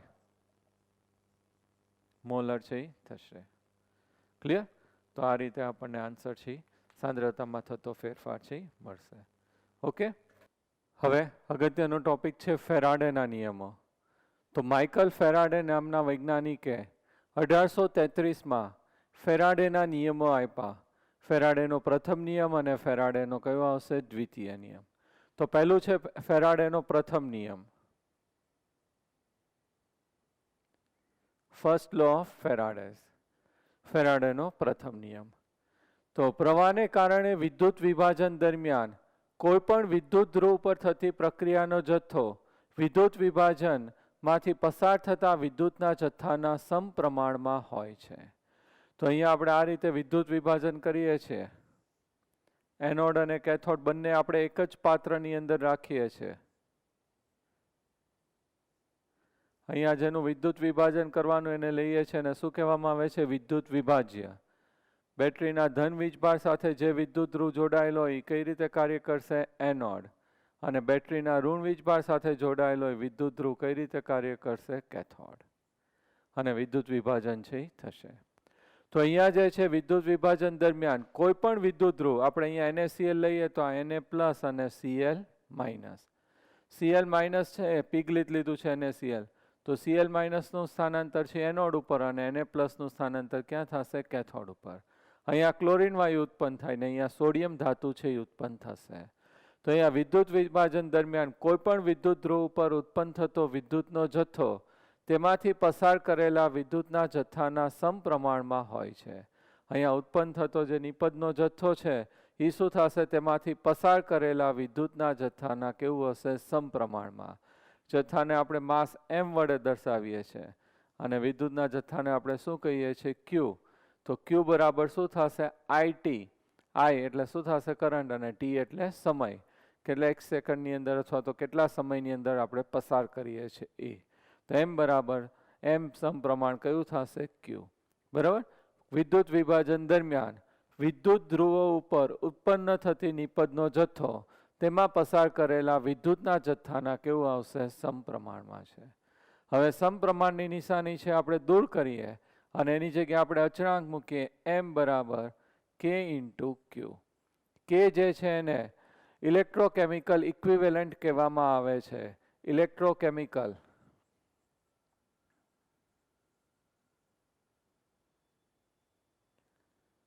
ઇક્વિવેલન્ટ કહેવામાં આવે છે. ગુજરાતીમાં એને વિદ્યુત રાસાયણિક તુલ્યાંક કહેવામાં આવે છે.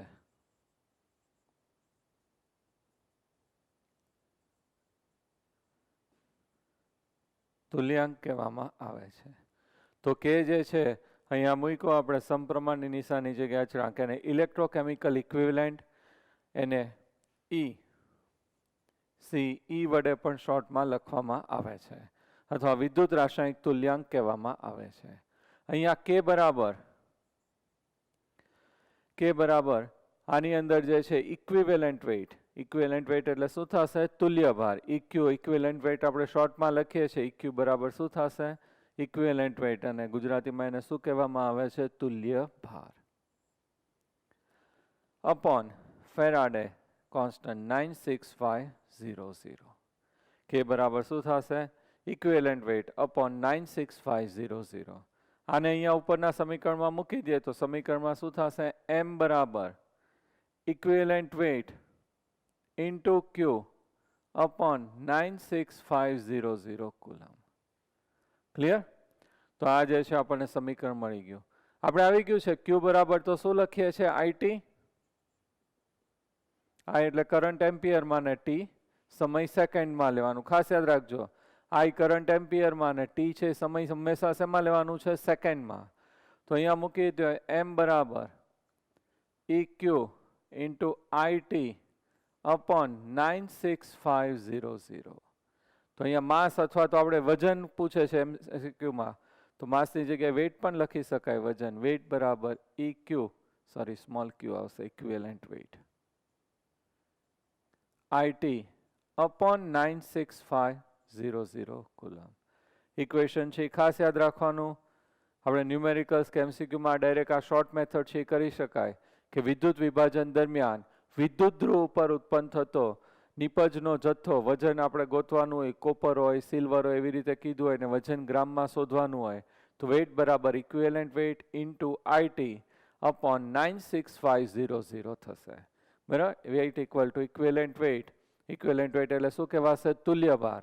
તુલ્યભાર કઈ રીતે શોધાય? અણુભાર છેદમાં એનો ધન વીજભાર અથવા તો એસિડિટી અથવા બેઝિસિટી. આઈટી, આ એટલે કરંટ એમ્પિયરમાં, ટી એટલે સમય સેકન્ડમાં અપોન 96500 કુલમ.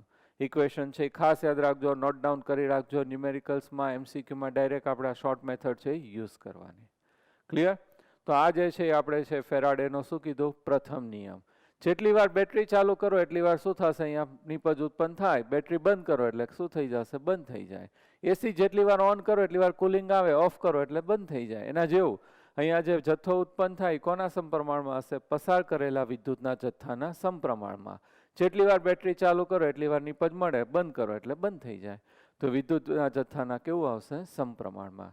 અને કયું સમીકરણ તાર્યું છે? ડબલ્યુ વેઇટ બરાબર શું થશે? તુલ્યભાર ગુણ્યા આઈટી અપોન 96500. ક્લિયર? ઇક્વેશન છે ખાસ તમારે યાદ રાખવાનું છે. હવે આપણે જે છે એનો બીજો નિયમ છે એ જોઈ લઈએ. આનો ફેરાડેનો છે. હવે આપણે કયો નિયમ જોવાનો છે? બીજો નિયમ છે એ જોવાનો.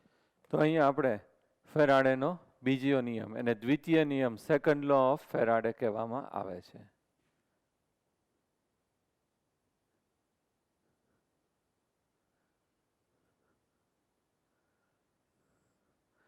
ફેરાડેનો બીજો નિયમ કહેવામાં આવે છે. આ નિયમની અંદર એવું કીધું છે કે વિદ્યુત વિભાજ્ય અને દ્રાવણમાંથી વિદ્યુતનો સમાન જથ્થો છે પસાર કરવાનો. વિદ્યુતનો જથ્થો બધામાંથી કેવો પસાર કરીએ છીએ? સમાન.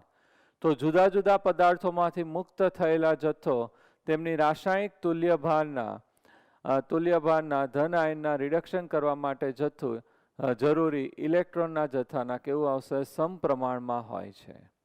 ટૂંકમાં સમાન વિદ્યુત પ્રવાહ છે પસાર કરીએ એટલે કે અહીંયા આપણે એને શ્રેણીની અંદર છે કનેક્ટ કરીએ અને એક સરખો વિદ્યુત પ્રવાહ પસાર કરીએ તો તેમાં ઉત્પન્ન થતો નિપજનો જથ્થો તેના તુલ્ય ભારના કેવું હશે? સમપ્રમાણમાં હોય છે.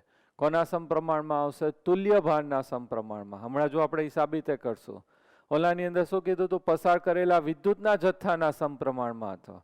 અહીંયા સમાન વિદ્યુત પ્રવાહ પસાર કરતા જુદા જુદા વિદ્યુત ધ્રુવોની અંદર તેના વિદ્યુત ધ્રુવો ઉપર ઉત્પન્ન થતી નિપજનો જથ્થો તેના તુલ્ય ભારના સમપ્રમાણમાં હોય છે. ઇક્વિવેલન્ટ વેઇટના કેવું હશે? સમપ્રમાણમાં. ધારો કે આપણે આ રીતે લઈએ,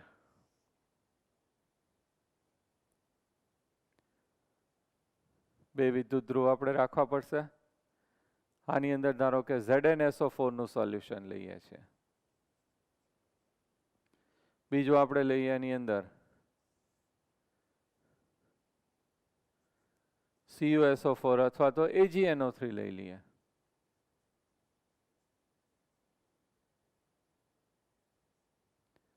એમાં એક એનોડ અને એક કેથોડ.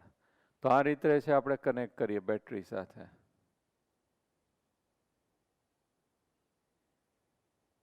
તો આ પોઝિટિવ અને આ કેવું આવશે?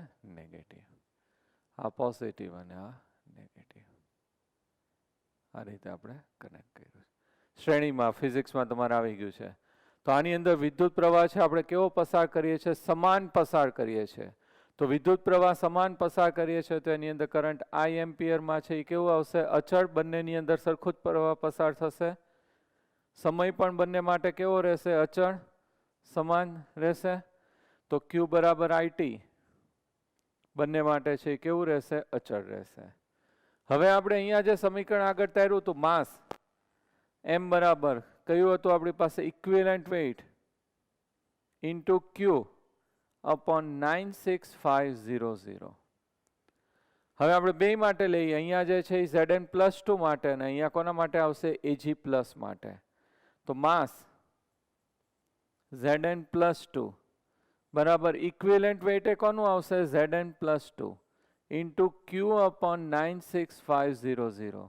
આ તો અચળ છે અને ક્યુ કેવું છે? અચળ છે. કારણ કે બંને માટે I અને T બંને કેવા છે? સમાન. બંનેમાં છે એ સમાન વિદ્યુત પ્રવાહ પસાર કરીએ છીએ. સમય પણ કેવો રાખ્યો છે? સમાન. હવે એવી રીતે આપણે છે સિલ્વર માટે લખીએ આ સમીકરણ. તો M Ag+ બરાબર ઇક્વિવેલન્ટ વેઇટ Ag+ નું ઇન્ટુ ક્યુ અપોન 96500. તો આ ક્યુ અને આ બે તો બંને માટે સરખા જ છે. તો એને આપણે સૂત્ર એક બાજુ રાખીએ તો આ ક્યાંમાં વહી જશે? ભાગાકારમાં વહી જશે. તો mass of Zn+2 upon equivalent weight કોનું આવશે? Zn+2 નું બરાબર ક્યુ અપોન 96500. એવું જ બીજા માટે આવશે. Mass of Ag+ upon equivalent weight of Ag+ equal to q upon 96500. તો બેને આપણે સરખાવી દેવાય. બંને બાજુ આ સરખા છે એટલે તો શું થશે? Mass of Zn+2 upon equivalent weight of Zn+2 equal to mass of Ag+ upon equivalent weight of Ag+. એવું કહી શકાય. હવે બંને માસને લઈ લઈએ તો અહીંયા mass of Zn+2 upon mass of Ag+ equal to equivalent weight of Zn+2 upon equivalent weight of Ag+. હવે આ જે છે ને આપણે M1 કહીએ તો આ M2. તો M1 upon M2 equal to equivalent weight એટલે EQ1 અપોન શું થશે? EQ2. તો અહીંયા માસ અથવા તો વજન આપેલું હોય આપણને તો M1 અપોન M2 બરાબર EQ1 અપોન EQ2. આનો આપણે છે MCQમાં જરૂર પડશે સરખામણી કરવા માટે. અને ડાયરેક્ટ લખી શકાય M1 એટલે માસ સમપ્રમાણ કયું થશે? Equivalent weight. તો આપણો બીજો નિયમનું સૂત્ર થઈ ગયું. બરાબર. તો સમાન વિદ્યુત પ્રવાહ છે આપણે પસાર કર્યા. જુદા જુદા વિદ્યુત વિભાજ્ય આપણે લીધા છે. એમાંથી સમાન વિદ્યુત પ્રવાહ છે પસાર કરતા તે વિદ્યુત ધ્રુવો ઉપર ઉત્પન્ન થતી નિપજનો જથ્થો તેના તુલ્ય ભારના સમપ્રમાણમાં હોય છે. તો આ Zn+2 ના તુલ્ય ભારના સમપ્રમાણમાં હશે. આ કોના સમપ્રમાણમાં હશે? Ag+ ના સમપ્રમાણમાં હશે. અને અહીંયા બે વચ્ચેનો સંબંધ છે યાદ રાખવાનો. M1 અપોન M2 બરાબર ઇક્વિવેલન્ટ વેઇટ EQ1 તુલ્ય ભાર EQ1 અપોન EQ2. ક્લિયર? અથવા તો M સમપ્રમાણ કયું થઈ જશે? EQ. ક્લિયર? હજી આ લોકો છે આધુનિક મોડર્ન ફેરાડેઝ લો કહેવામાં આવે છે કે એની અંદર મોલને ગણતરીમાં લેતા હતા. અત્યાર સુધી મોલ નહોતું આવ્યું. જ્યારે આ ફેરાડેના નિયમો આપ્યા ત્યારે મોલ નહોતો આવ્યા. હવે મોલ આવી ગયા એટલે મોલને ગણતરીમાં લઈએ અને આપણે શું કહીએ છીએ? તત્વયોગમિતીય. તો તત્વયોગમિતિનો ઉપયોગ કરીને પણ આપણે આ રીતે ગણતરી છે કરી શકાય. તો એ આપણે છે થોડુંક જોઈ લઈએ. હવે આપણે મોલને ગણતરીમાં લઈને છે તારવીએ છીએ. તો 1 મોલ ઇલેક્ટ્રોન દ્વારા વહન પામતા વિદ્યુતના જથ્થાને 1 ફેરાડે કહેવામાં આવે છે. 1 મોલ ઇલેક્ટ્રોનના જથ્થા દ્વારા વહન પામતા વિદ્યુતના જથ્થાને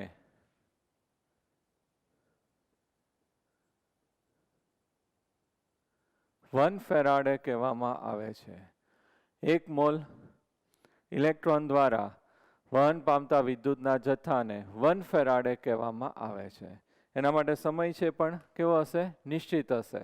ચોક્કસ સમયની અંદર છે આપણે પસાર કરવાનું છે. તો એને આપણે શું કહેવામાં આવે છે? 1 ફેરાડે કહીએ છીએ. તો હવે આની અંદર આપણે 1 ફેરાડે એટલે ગમે ત્યારે 1 મોલ ઇલેક્ટ્રોન એટલે કે 1 ઇલેક્ટ્રોન આવે એટલે શું થશે? 1 ફેરાડે છે એ થશે. કોઈ પણ રાસાયણિક પ્રક્રિયામાં 2 ઇલેક્ટ્રોન હોય તો શું લખાશે? 2 ફેરાડે છે એ લખાશે. અને આપણી પાસે સંબંધ છે કે 1 ફેરાડે ઇક્વલ ટુ શું થશે 1.602 ઇન્ટુ 10⁻⁻19 કુલમ. હવે આપણે 1 મોલ માટે લઈએ છીએ કારણ કે અહીંયા વ્યાખ્યામાં શું કીધું છે 1 મોલ ઇલેક્ટ્રોન.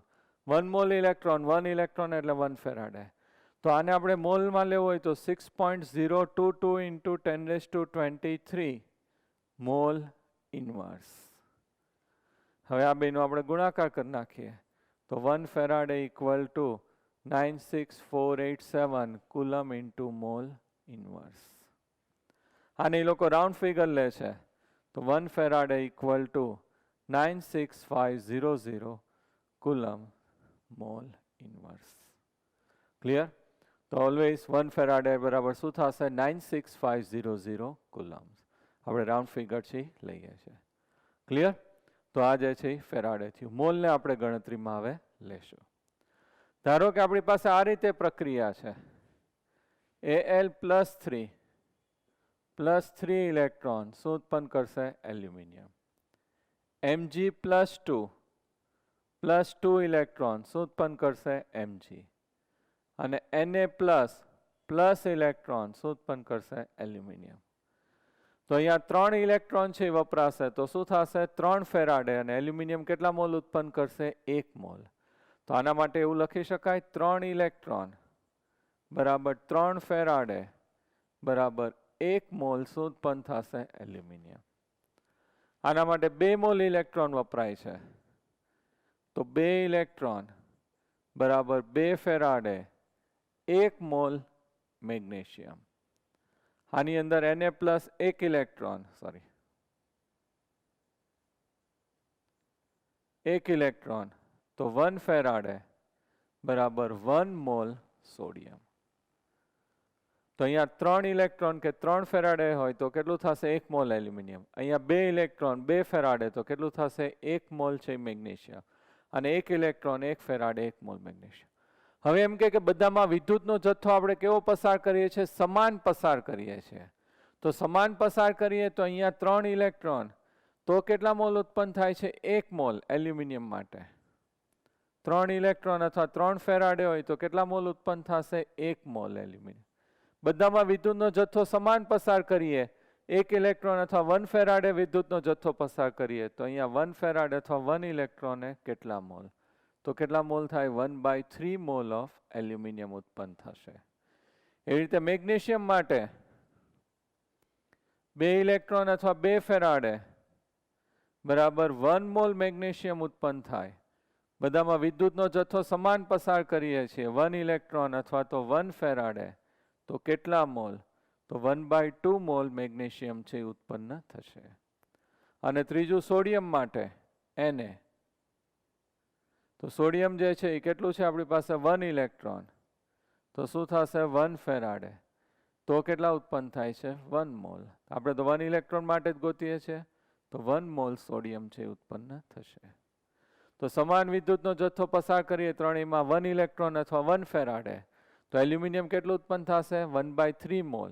મેગ્નેશિયમ કેટલું ઉત્પન્ન થશે 1/2 મોલ. અને સોડિયમ કેટલું ઉત્પન્ન થશે 1 મોલ. ક્લિયર? તો આ કોન્સેપ્ટ છે એની આપણે જરૂર પડશે. આવી રીતે આમ MCQ આપણે ડિસ્કસ કરશું નેક્સ્ટ લેક્ચરમાં એમાં આવશે.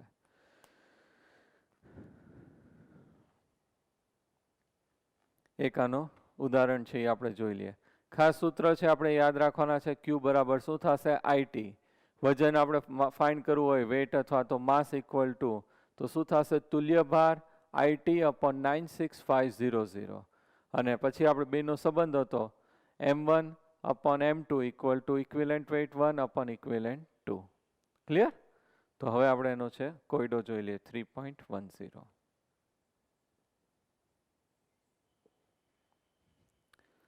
COSO4 નું દ્રાવણ 10 મિનિટ માટે 1.5 એમ્પિયર પ્રવાહ વડે વિદ્યુત વિભાજન કરવામાં આવ્યું તો કેથોડ ઉપર નિરપેક્ષ થયેલા કોપરનું દળ છે એ કેટલું હશે? અત્યારે હું તમને ડિટેલમાં એક્સપ્લેન કરું છું. તમે શોર્ટમાં છે ડાયરેક્ટ છે તમે કરી શકો બરાબર, પણ પછી આપણે એ કરશું ટ્રાય. Q બરાબર IT આ ટાઈપના ન્યુમેરિકલ્સ આવે એમાં હંમેશા Q બરાબર IT તો વાપરવાનું આવશે જ. I છે આપણને કેટલું આપ્યું છે 1.5 એમ્પિયર. સમય છે એ આપણને શેમાં આપ્યો છે? મિનિટમાં. 10 મિનિટ આપણને આપ્યું છે, એને આપણે સેકન્ડમાં રૂપાંતર કરવું પડશે, એટલે 60 થી ગુણવું પડશે. અને એમ્પિયર અને આ સેકન્ડમાં છે એટલે શેમાં કન્વર્ટ થઈ જશે? કુલમમાં. ઓકે, તો આપણને અહીંયા સી છે એ મળી ગયું. હવે CuSO4 નું વિદ્યુત વિભાજન કરીએ તો કઈ રીતે વિભાજિત થશે? Cu+2 અને SO4 2- aqueous અને aqueous. એનોડ, એનોડ ઉપર શું થાય? ઓક્સિડેશન. કયો વીજભાર આવશે? ધન વીજભાર. કેથોડ ઉપર છે એ શું થશે? રિડક્શન. કયો આવશે? ઋણ વીજભાર. તો આ SO4 2- નું સ્થાનાંતર છે એનોડ ઉપર થશે અને Cu+2 નું સ્થાનાંતર ક્યાં થશે? કેથોડ ઉપર થશે. કોપર છે એનું રિડક્શન થાય, Cu+2 +2 ઇલેક્ટ્રોન શેમાં રૂપાંતર થશે? Cu solid. તો આપણે એવું લખી શકીએ કે અહીંયા 2 ઇલેક્ટ્રોન છે, તો 2 ઇલેક્ટ્રોન એટલે શું કહેવાશે? 2 ફેરાડે. 2 ફેરાડે એટલે 1 ફેરાડેની કિંમત કેટલી છે? 96500 કુલમ. આવી રીતે લખાય. 2 ઇલેક્ટ્રોન એટલે 2 મોલ ઇલેક્ટ્રોન એટલે શું થશે? 2 ફેરાડે. અને ફેરાડેની કિંમત 96500 કુલમ. તો 2 × 96500 કુલમ બરાબર 1 મોલ કોપર ઉત્પન્ન થાય છે. કેટલા મોલ કોપર ઉત્પન્ન થશે? 1 મોલ. તો આપણી પાસે કેટલા છે? 1.5 × 10 × 60 કુલમ એટલે કેટલા મોલ કોપર ઉત્પન્ન થશે? તો 1.5 × 10 × 60 ડિવાઇડેડ બાય 2 × 96500. તો આટલા મોલ છે આપણને શું મળશે? કોપર છે એ મળશે. કોપરના મોલ છે આપણને મળી જશે. હવે મોલ મળી જાય પછી આપણે કયું સૂત્ર વાપરવું પડશે? વજન છેદમાં આણ્વીય દળ.